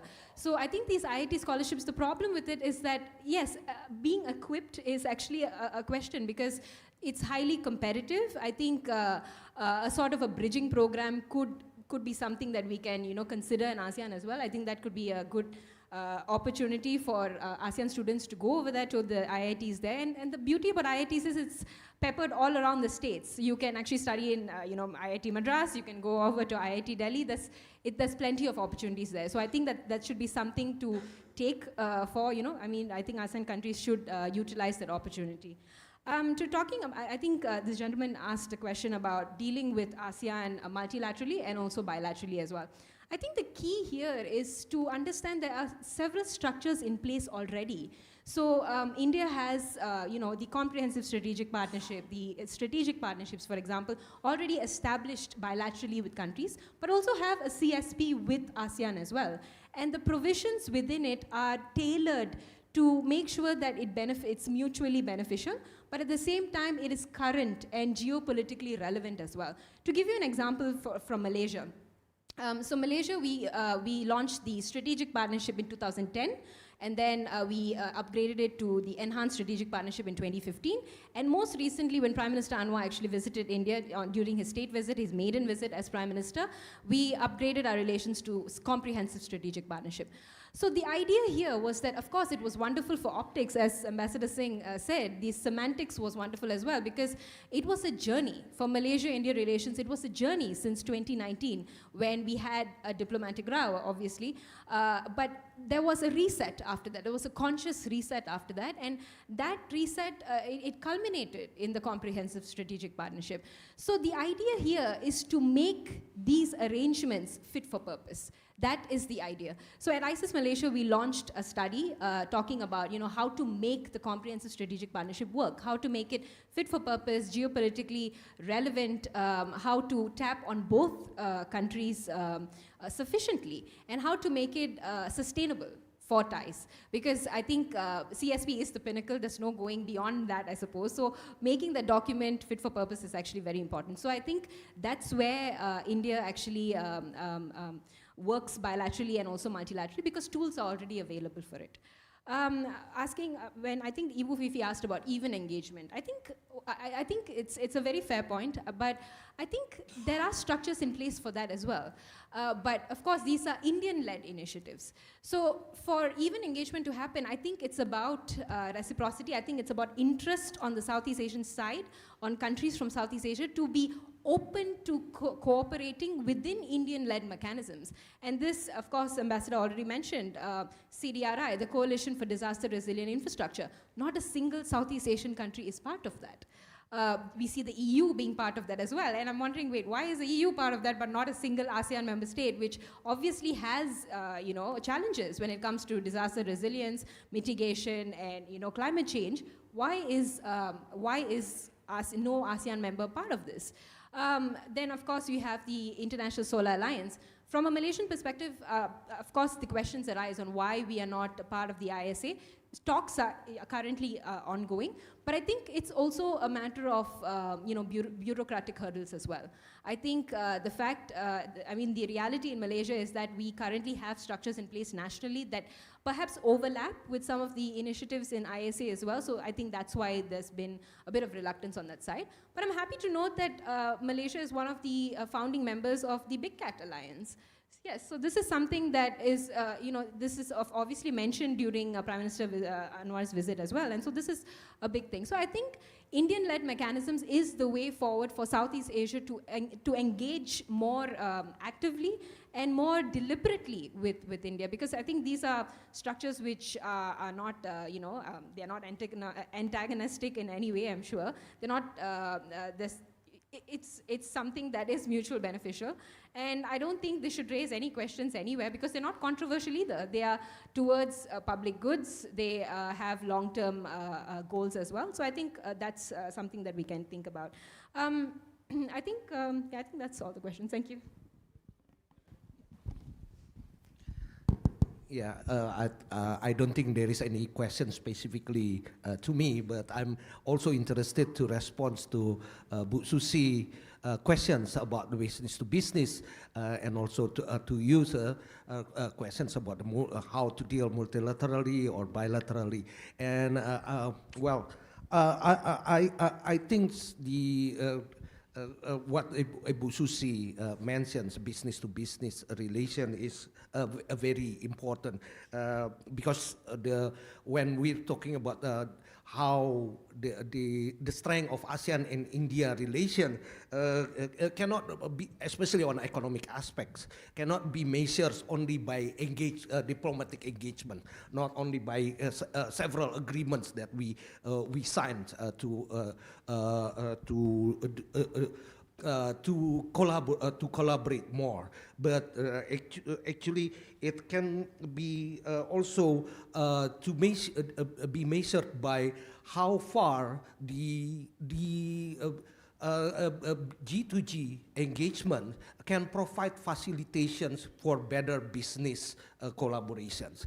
So the key point is how to facilitate business-to-business relation, and this is still related to your point here.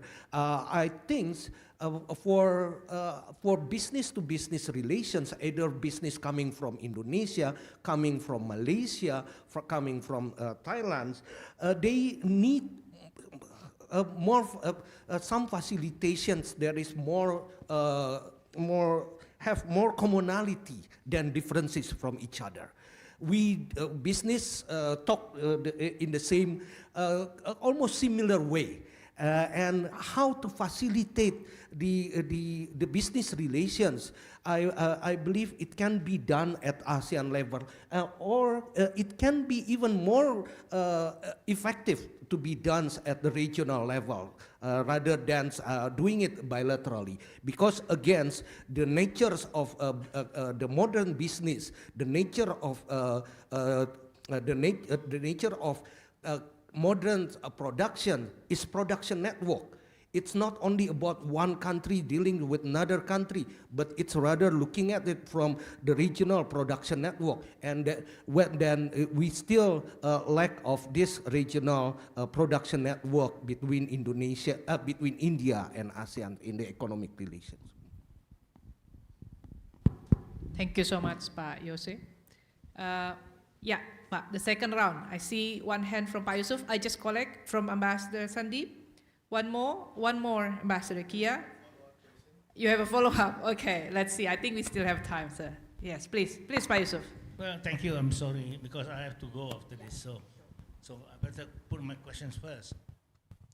Well, we were talking just, as good neighbors, and collecting some thoughts of each other. And what we were asking is, how is ASEAN actually going to react in the future? What can we expect? Are we going to stay with all this? Well, I won't say crap, but I know, with the problems that we are facing on ASEAN, and as if we are only dependent on ASEAN.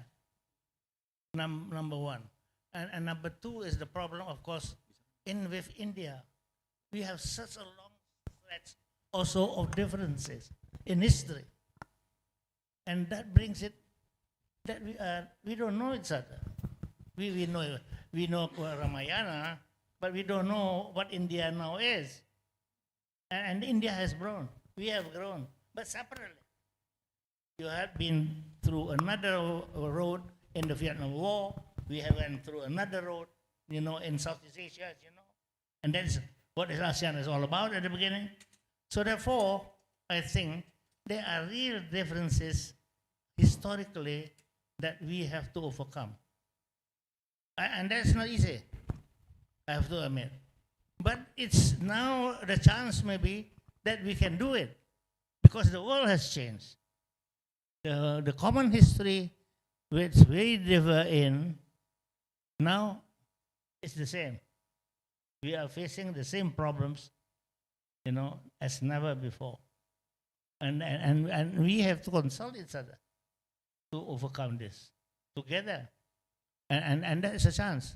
I think that then our leaders can understand this. Another problem we have had, and forgive us for that, we have had 10 years no foreign policy because we are only making roads. That is what we know for 10 years. And now is the time, I think, with this new president, that we can change this pattern. And hopefully, in this context, I think we can also change that. For instance, whether we really have to depend on ASEAN alone, with the 10 years of nothing. So that's I think my input in this debate, and I hope it might be useful for the future, if not for this session. Thank you so much, Pak Yusuf. Please, sir, over there, here. Yeah, please introduce yourself. Hello, my name is Anggara from President University. So I would like to ask, actually Dr. Rizal mentioned regarding the political, RCEP politically unfeasible, but I would like to hear from Ambassador Singh respond on that. So what can we expect from the future trade relations between India and ASEAN? I think that's all. Thank you. Ambassador Sandeep. Yeah, so mine is more of an observation than a question. You see, of the three widely or deeply integrated geographies in the world, we have one in North America, where now we have some doubts, which is obvious to all of us. Then we have Europe, EU, and Southeast Asia, ASEAN.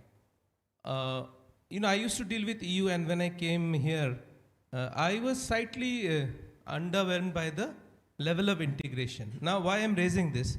So, you see, we are talking about, I'll give an example also. We're talking of India, ASEAN.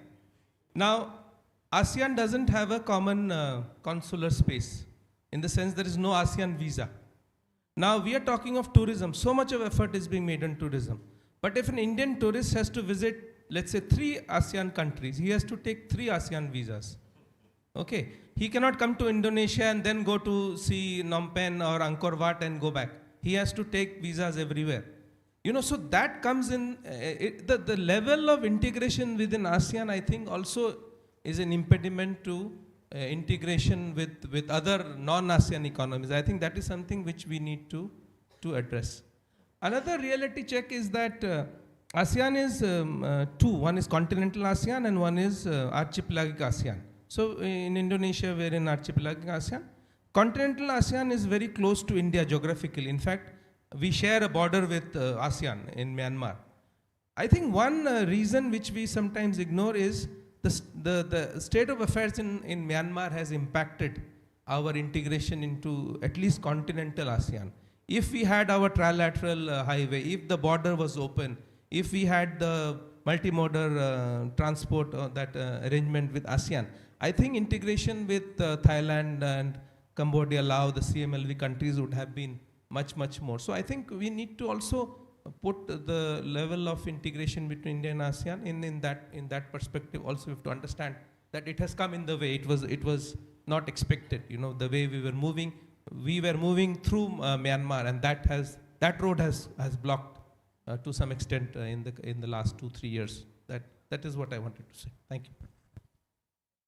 Ambassador Kia.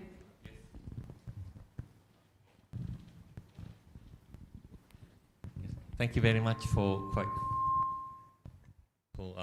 interesting and enlightening discussion from both ASEAN and Indian perspective on ASEAN-India cooperation. I have a question of, say, sector-wide expansion of sector-wide cooperation beyond +1 framework. On the one hand, I observe, as we work on ASEAN-Japan cooperation, on the one hand, I observe deepening community building among ASEAN member states. 3 pillars as well as connectivity. It's really making progress. On the other hand, we are heavily working on ASEAN-Japan cooperation across 3 major pillars, connectivity as well, and observe deepening ASEAN-India cooperation with similar areas. And now we are moving on to ASEAN Quad dialogue and potential cooperation as service providers. And probably we are having a challenge at the moment to how to make it happen in a most effective way. But I observe that when it comes to partnership between ASEAN and the outside external partners, it's rather country-based in principle, rather than sector-based or agenda issue-based. So it's difficult to observe. I mean, ASEC is working between Australia, Japan, and ASEAN in principle, but sort of partners are rather compartmentalized, not being aware of what is taking place between India and ASEAN, or US and ASEAN, or EU and ASEAN. And ASEAN is not very vigorous enough, sector-based, to engage multiple partners to address sectoral issues. So my question is, I'd like to ask the perspective from both Indian side and ASEAN side.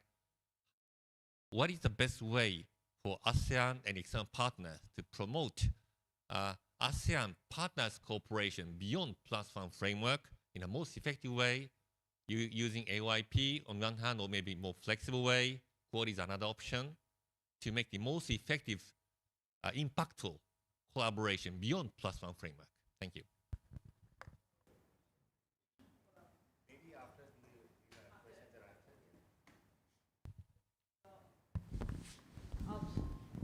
I'll change the sequence. I'll go first with Pak Yose because there's a direct question to you about the trade relations between ASEAN and India, what to expect more, basically.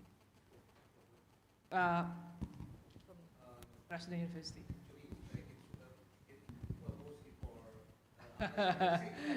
Ambassador Singh can comment later, of course. Okay, please.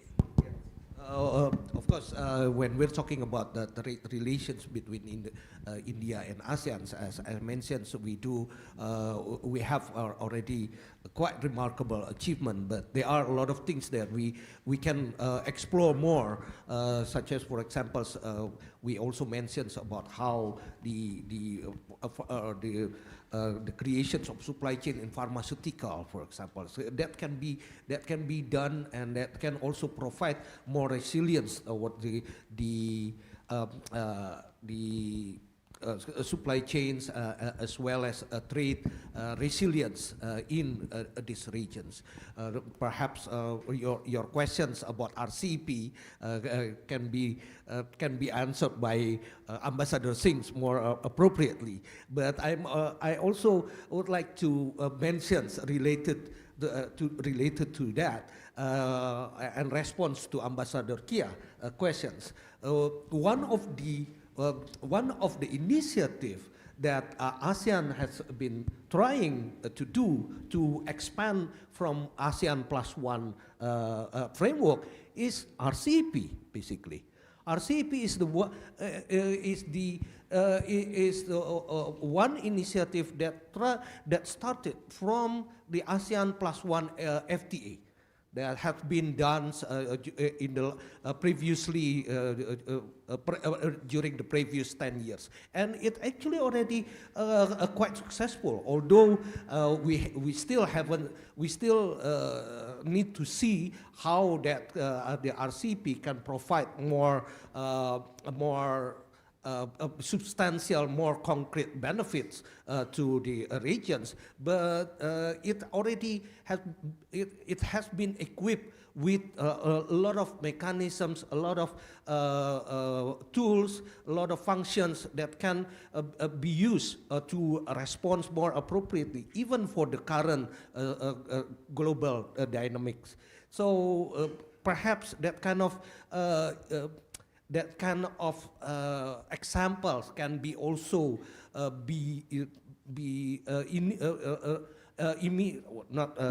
repeated in many other areas, in many other sectors as well.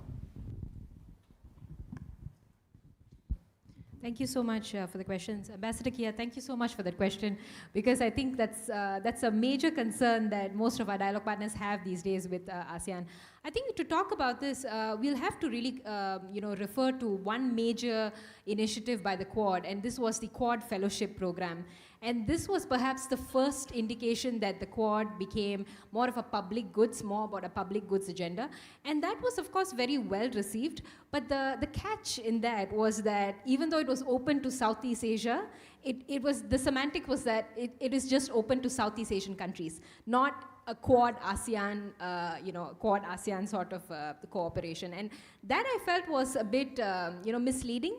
Because at the end of the day, this was the main, the main way that Quad ASEAN cooperation could even happen, because it was the lowest common denominator. It was people level, right? It was the grassroots level, and that was the most, of course, uncontroversial way as well. But unfortunately, ASEAN was not ready to do this, even though it was a very basic ground level thing. And I think that must change in the ASEAN cognition, at least. I think any sort of cooperation with any sort of multilateral, minilateral partner needs to be considered, intelligently. I think it needs to be considered based on national, not even national, regional interest, strategic interests. I think that should be the key takeaway moving forward. And I think this, holds true for most of our other relationships as well. In recent years, we see more ASEAN-IORA cooperation. We see ASEAN-BIMSTEC engagement as well. And I think this shows that there is appetite to have inter-regional connectivity, inter-regional engagements, but only when it's not considered as controversial because it's the Quad. So I think the Quad has managed to shed its sort of not a containment mechanism image, and I think it's been doing it quite well. I think it's just a matter of being open to the idea that it's about public goods engagements and not really anything else. Because first and foremost, if the Quad is a public goods, has a public goods agenda, then it's not about being a containment mechanism, is it? It's about really, looking at it a bit more deeply and a bit more strategically in that sense. I think there was one more thing about, I think I really liked what Pa Yusuf talked about, historical differences and the importance of history when we talk about India or Southeast Asia, India-Southeast Asian relations, or our bilateral relations with India as well.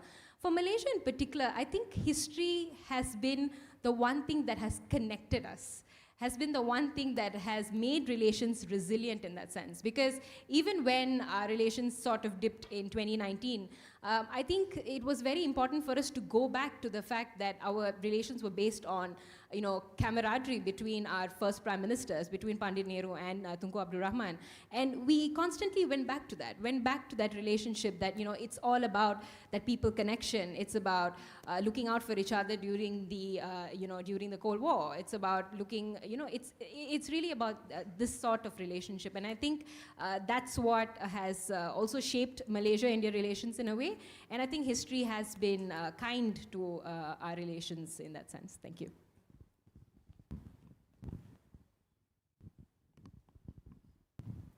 Thank you. Very interesting questions. So let me try and go. Yes, Yusuf and Andy did talk about not knowing each other. I remember editing a book called Masala Bumbu on India and Indonesia, 2015. Sachin was the publisher. We try to show that we often say the same thing but don't mean the same thing. And that is a dichotomy between India and ASEAN in the modern age. I remember when the Mahabharata serial was a hit in 2015, people loved Arjuna the most. Why? Well, he was a Muslim in real life. This is the modern reality. So, you mentioned, Professor Meena, about many of the things, but these are the realities. So what point is, you have to keep reinventing yourself, because the old history doesn't repeat itself. It is civilization which has to find new means of cultural interface. And I'm very happy that under the pillar of socio-cultural cooperation, we have startups, we have health, we have IT, we have SDGs. And I think if you look at the AOIP, it essentially is largely based on socio-cultural pillar. And that is where we want to go. And you rightly pointed out that the Quad has become more of a public good Because I think India and Japan in particular, among the Quad, have understood that ASEAN is not comfortable with a realist assessment of the world. They are more comfortable with a liberal assessment of the world. So we have brought Quad around to talk in that idiom. And I'm very happy to see that you now see that is acceptable. I think that's a success of this that we have done. So that's very good. Now, the gentleman from the university asked me about RCEP. You know, I don't think ASEAN understood India's concerns on RCEP. Let's just leave it there. Second, why should India sign the RCEP?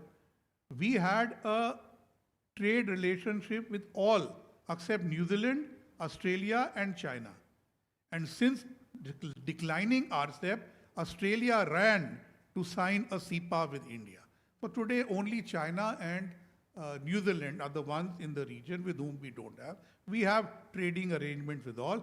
If ITIGA works well and deals with non-tariff barriers, deals with trust issues, then there is better hope. And in any case, to get supply chain resilience in the region between us, we don't need RCEP, we just need ITIGA. And that is what we should focus on. The future of trade has to look on continuity of policy. How can you have Indian bovine meat allowed to import in Malaysia but not in Indonesia? So where is the ASEAN factor in this? So when I say that you are selling us an ASEAN vision but asking us to negotiate 10 different pacts, that from the Indian point of view is the reality. But ASEAN keeps telling me when I talk, no, you're getting it wrong. No, sir. You talk to my trade, they will tell you, this is the reality. I can sell medicine X in Malaysia, I cannot sell it in Indonesia. I can do startup business in Philippines, I cannot do it in Singapore. I mean, there are so many, like Ambassador Sandeep said, ASEAN itself is not integrated, but you are asking us to have an integrated approach to ASEAN. This is a contradiction in terms, and you have to realize this. So don't blame us for your shortcomings. Ambassador Sandeep asked a true thing about integration. I think, realistically speaking, we should now urge Singapore and Indonesia to join BIMSTEC. And that would be proper integration. That is going beyond ASEAN, ASEAN Plus, and yet looking at the Bay of Bengal and bringing in two countries who can bring ballast into that organization.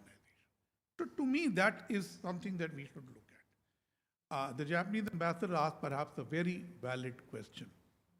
So, for instance, sir, there is the MPAC, Master Plan on Asian Connectivity. They discuss it with all of us, but they don't discuss it with all of us together. So we are all doing our own projects, but there is no regional connectivity project in ASEAN anywhere. Now, one way is the Vision 2045. Once during the Malaysian presidency you have decided this, why don't you talk to the partners and say, now integrate your cooperation plans with our Vision 45. It is already happening in Africa. They have their I think Agenda 2063, and all partners are told, this is our agenda, our priorities. Please bring your priorities into this. Otherwise, we are all carrying on with our priorities. And the last one on this was Nalanda University. Nalanda University was set up by India under the East Asia Summit. Various countries have contributed to it individually. Why does ASEAN not become a partner of Nalanda as ASEAN? Why leave it to your member state? Please show me your integration and I will show you mine. Thank you. Just to respond on your Ambassador Singh's remark on ATIGA, I think we have to clarify this issue first. The R3 as well as the ASEAN Free Trade Area, the previous ASEAN Free Trade Area, has never been intended to become a custom union. ASEAN never really imagines the trade agreements among ASEAN countries to become a custom union. When when you try to set up a custom union, then external trade can be regarded as one can be regarded to be one dealing with a single entity. But that's not the one that we have here in ASEAN. That's why ASEAN's also quite different than the European Union, for example. And that's why the RCEP is intended to facilitate more how to deal with the ASEAN countries as well as with many other external partners of ASEAN.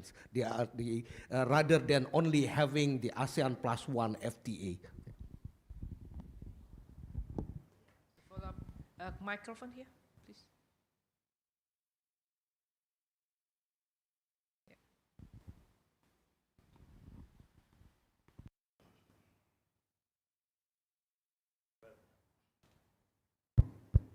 Thank you. I think I want to just have a follow-up question to Ambassador Gurjit about the political patronage issue that you brought up. Right? Why should there be political patronage if you were to actually build relations between two countries? And I think we are fortunate here that we have 3 ambassadors, Indian ambassadors in the room. So we could have a bit of a lively discussion on this. So the question actually I have is that we've seen this movie before. You know, there have been 3 presidents in the past, recent past, going to India, signing a lot of MOUs, coming back. We've seen this movie before, right?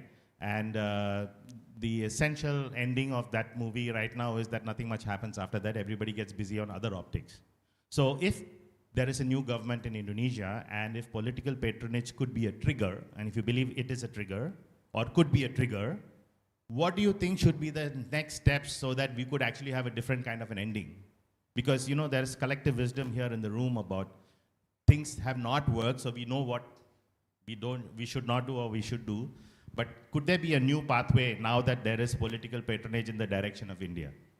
Okay, thank you. Before I give the floor to Ambassador Gurjit, maybe one more question, if there's any, before I close.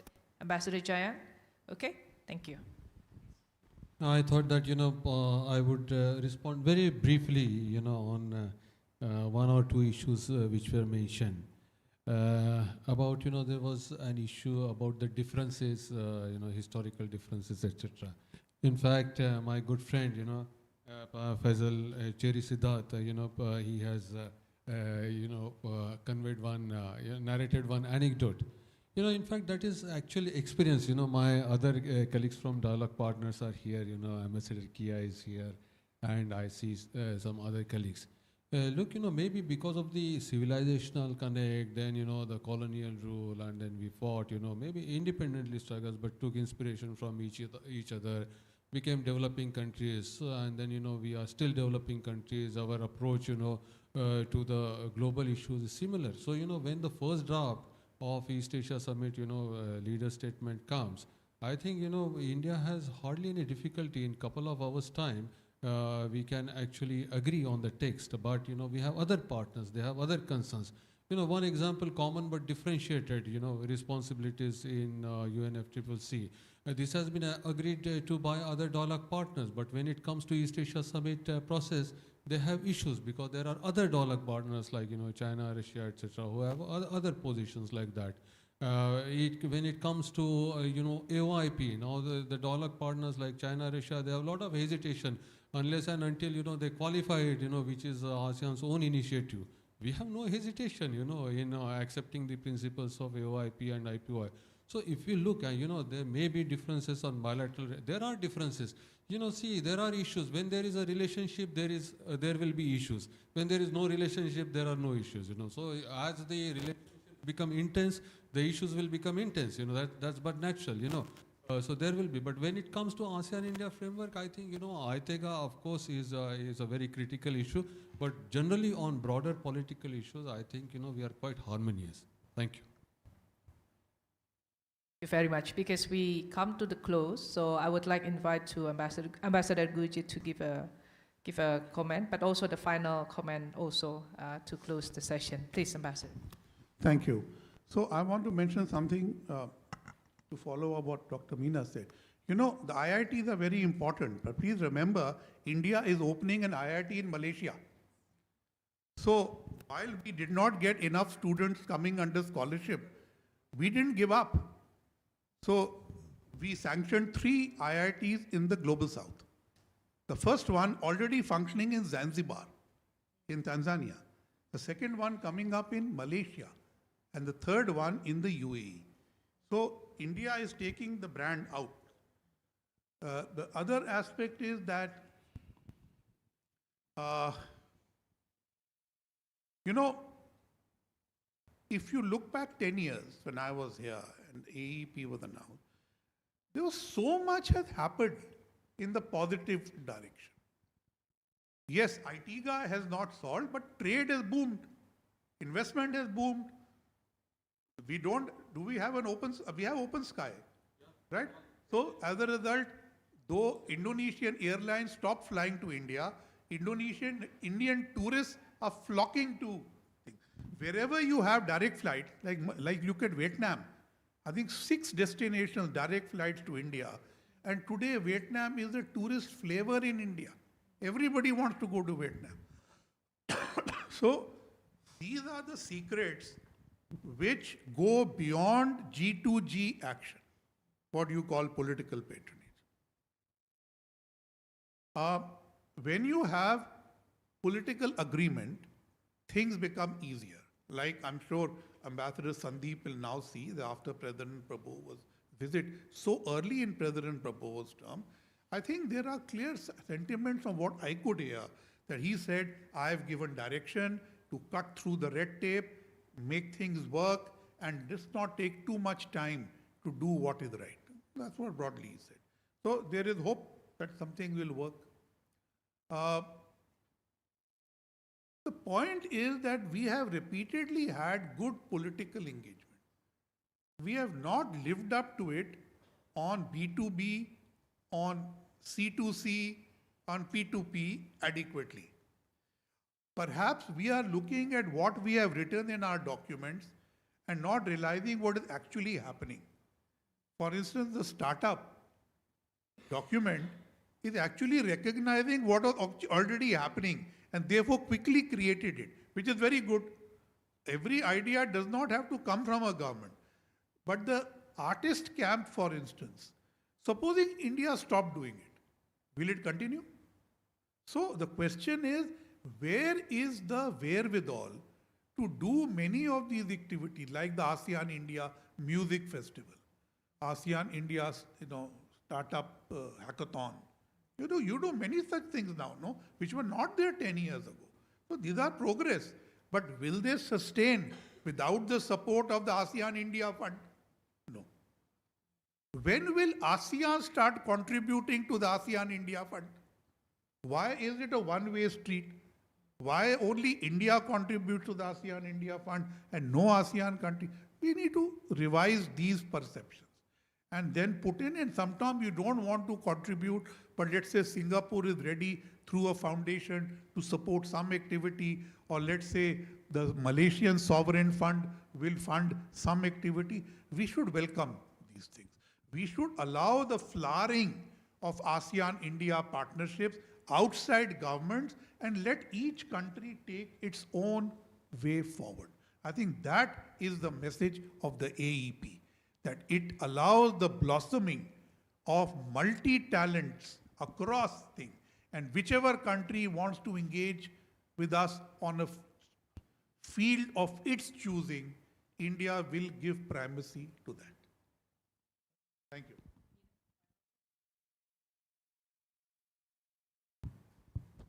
Thank you so much, Dr. Lina. Thank you, Ambassador Singh.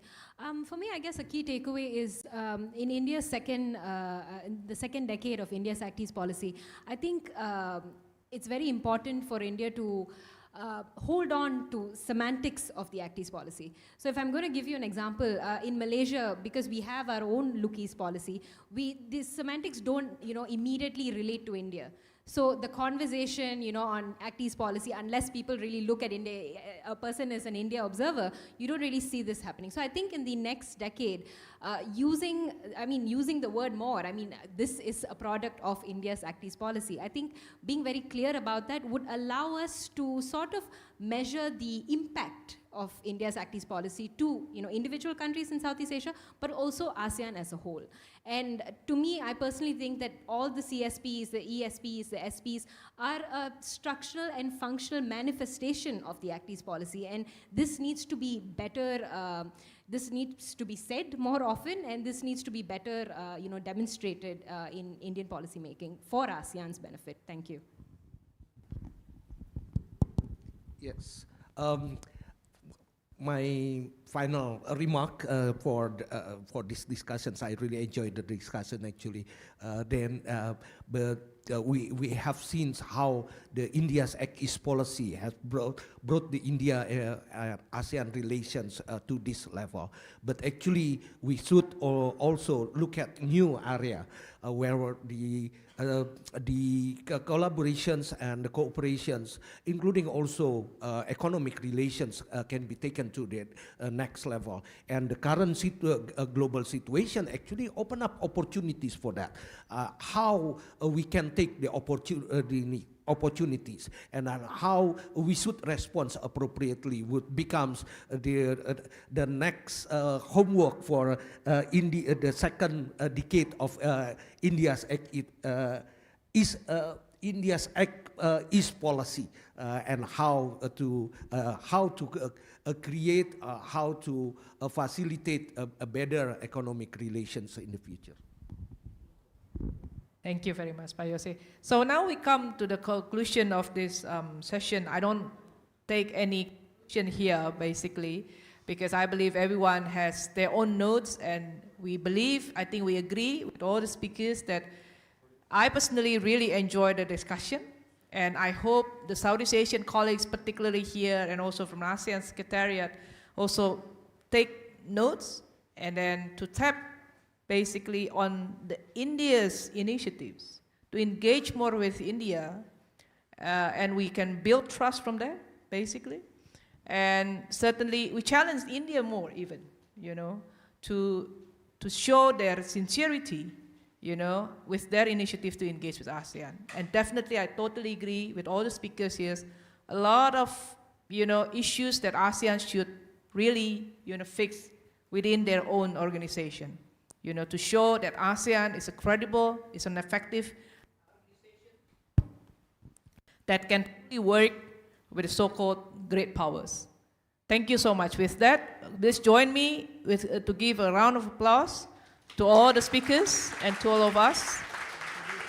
Thank you so much. So now I would like to hand over to MC. Thank you. Thank you for the moderating, Dr. Lina. We finally concluded our seminar.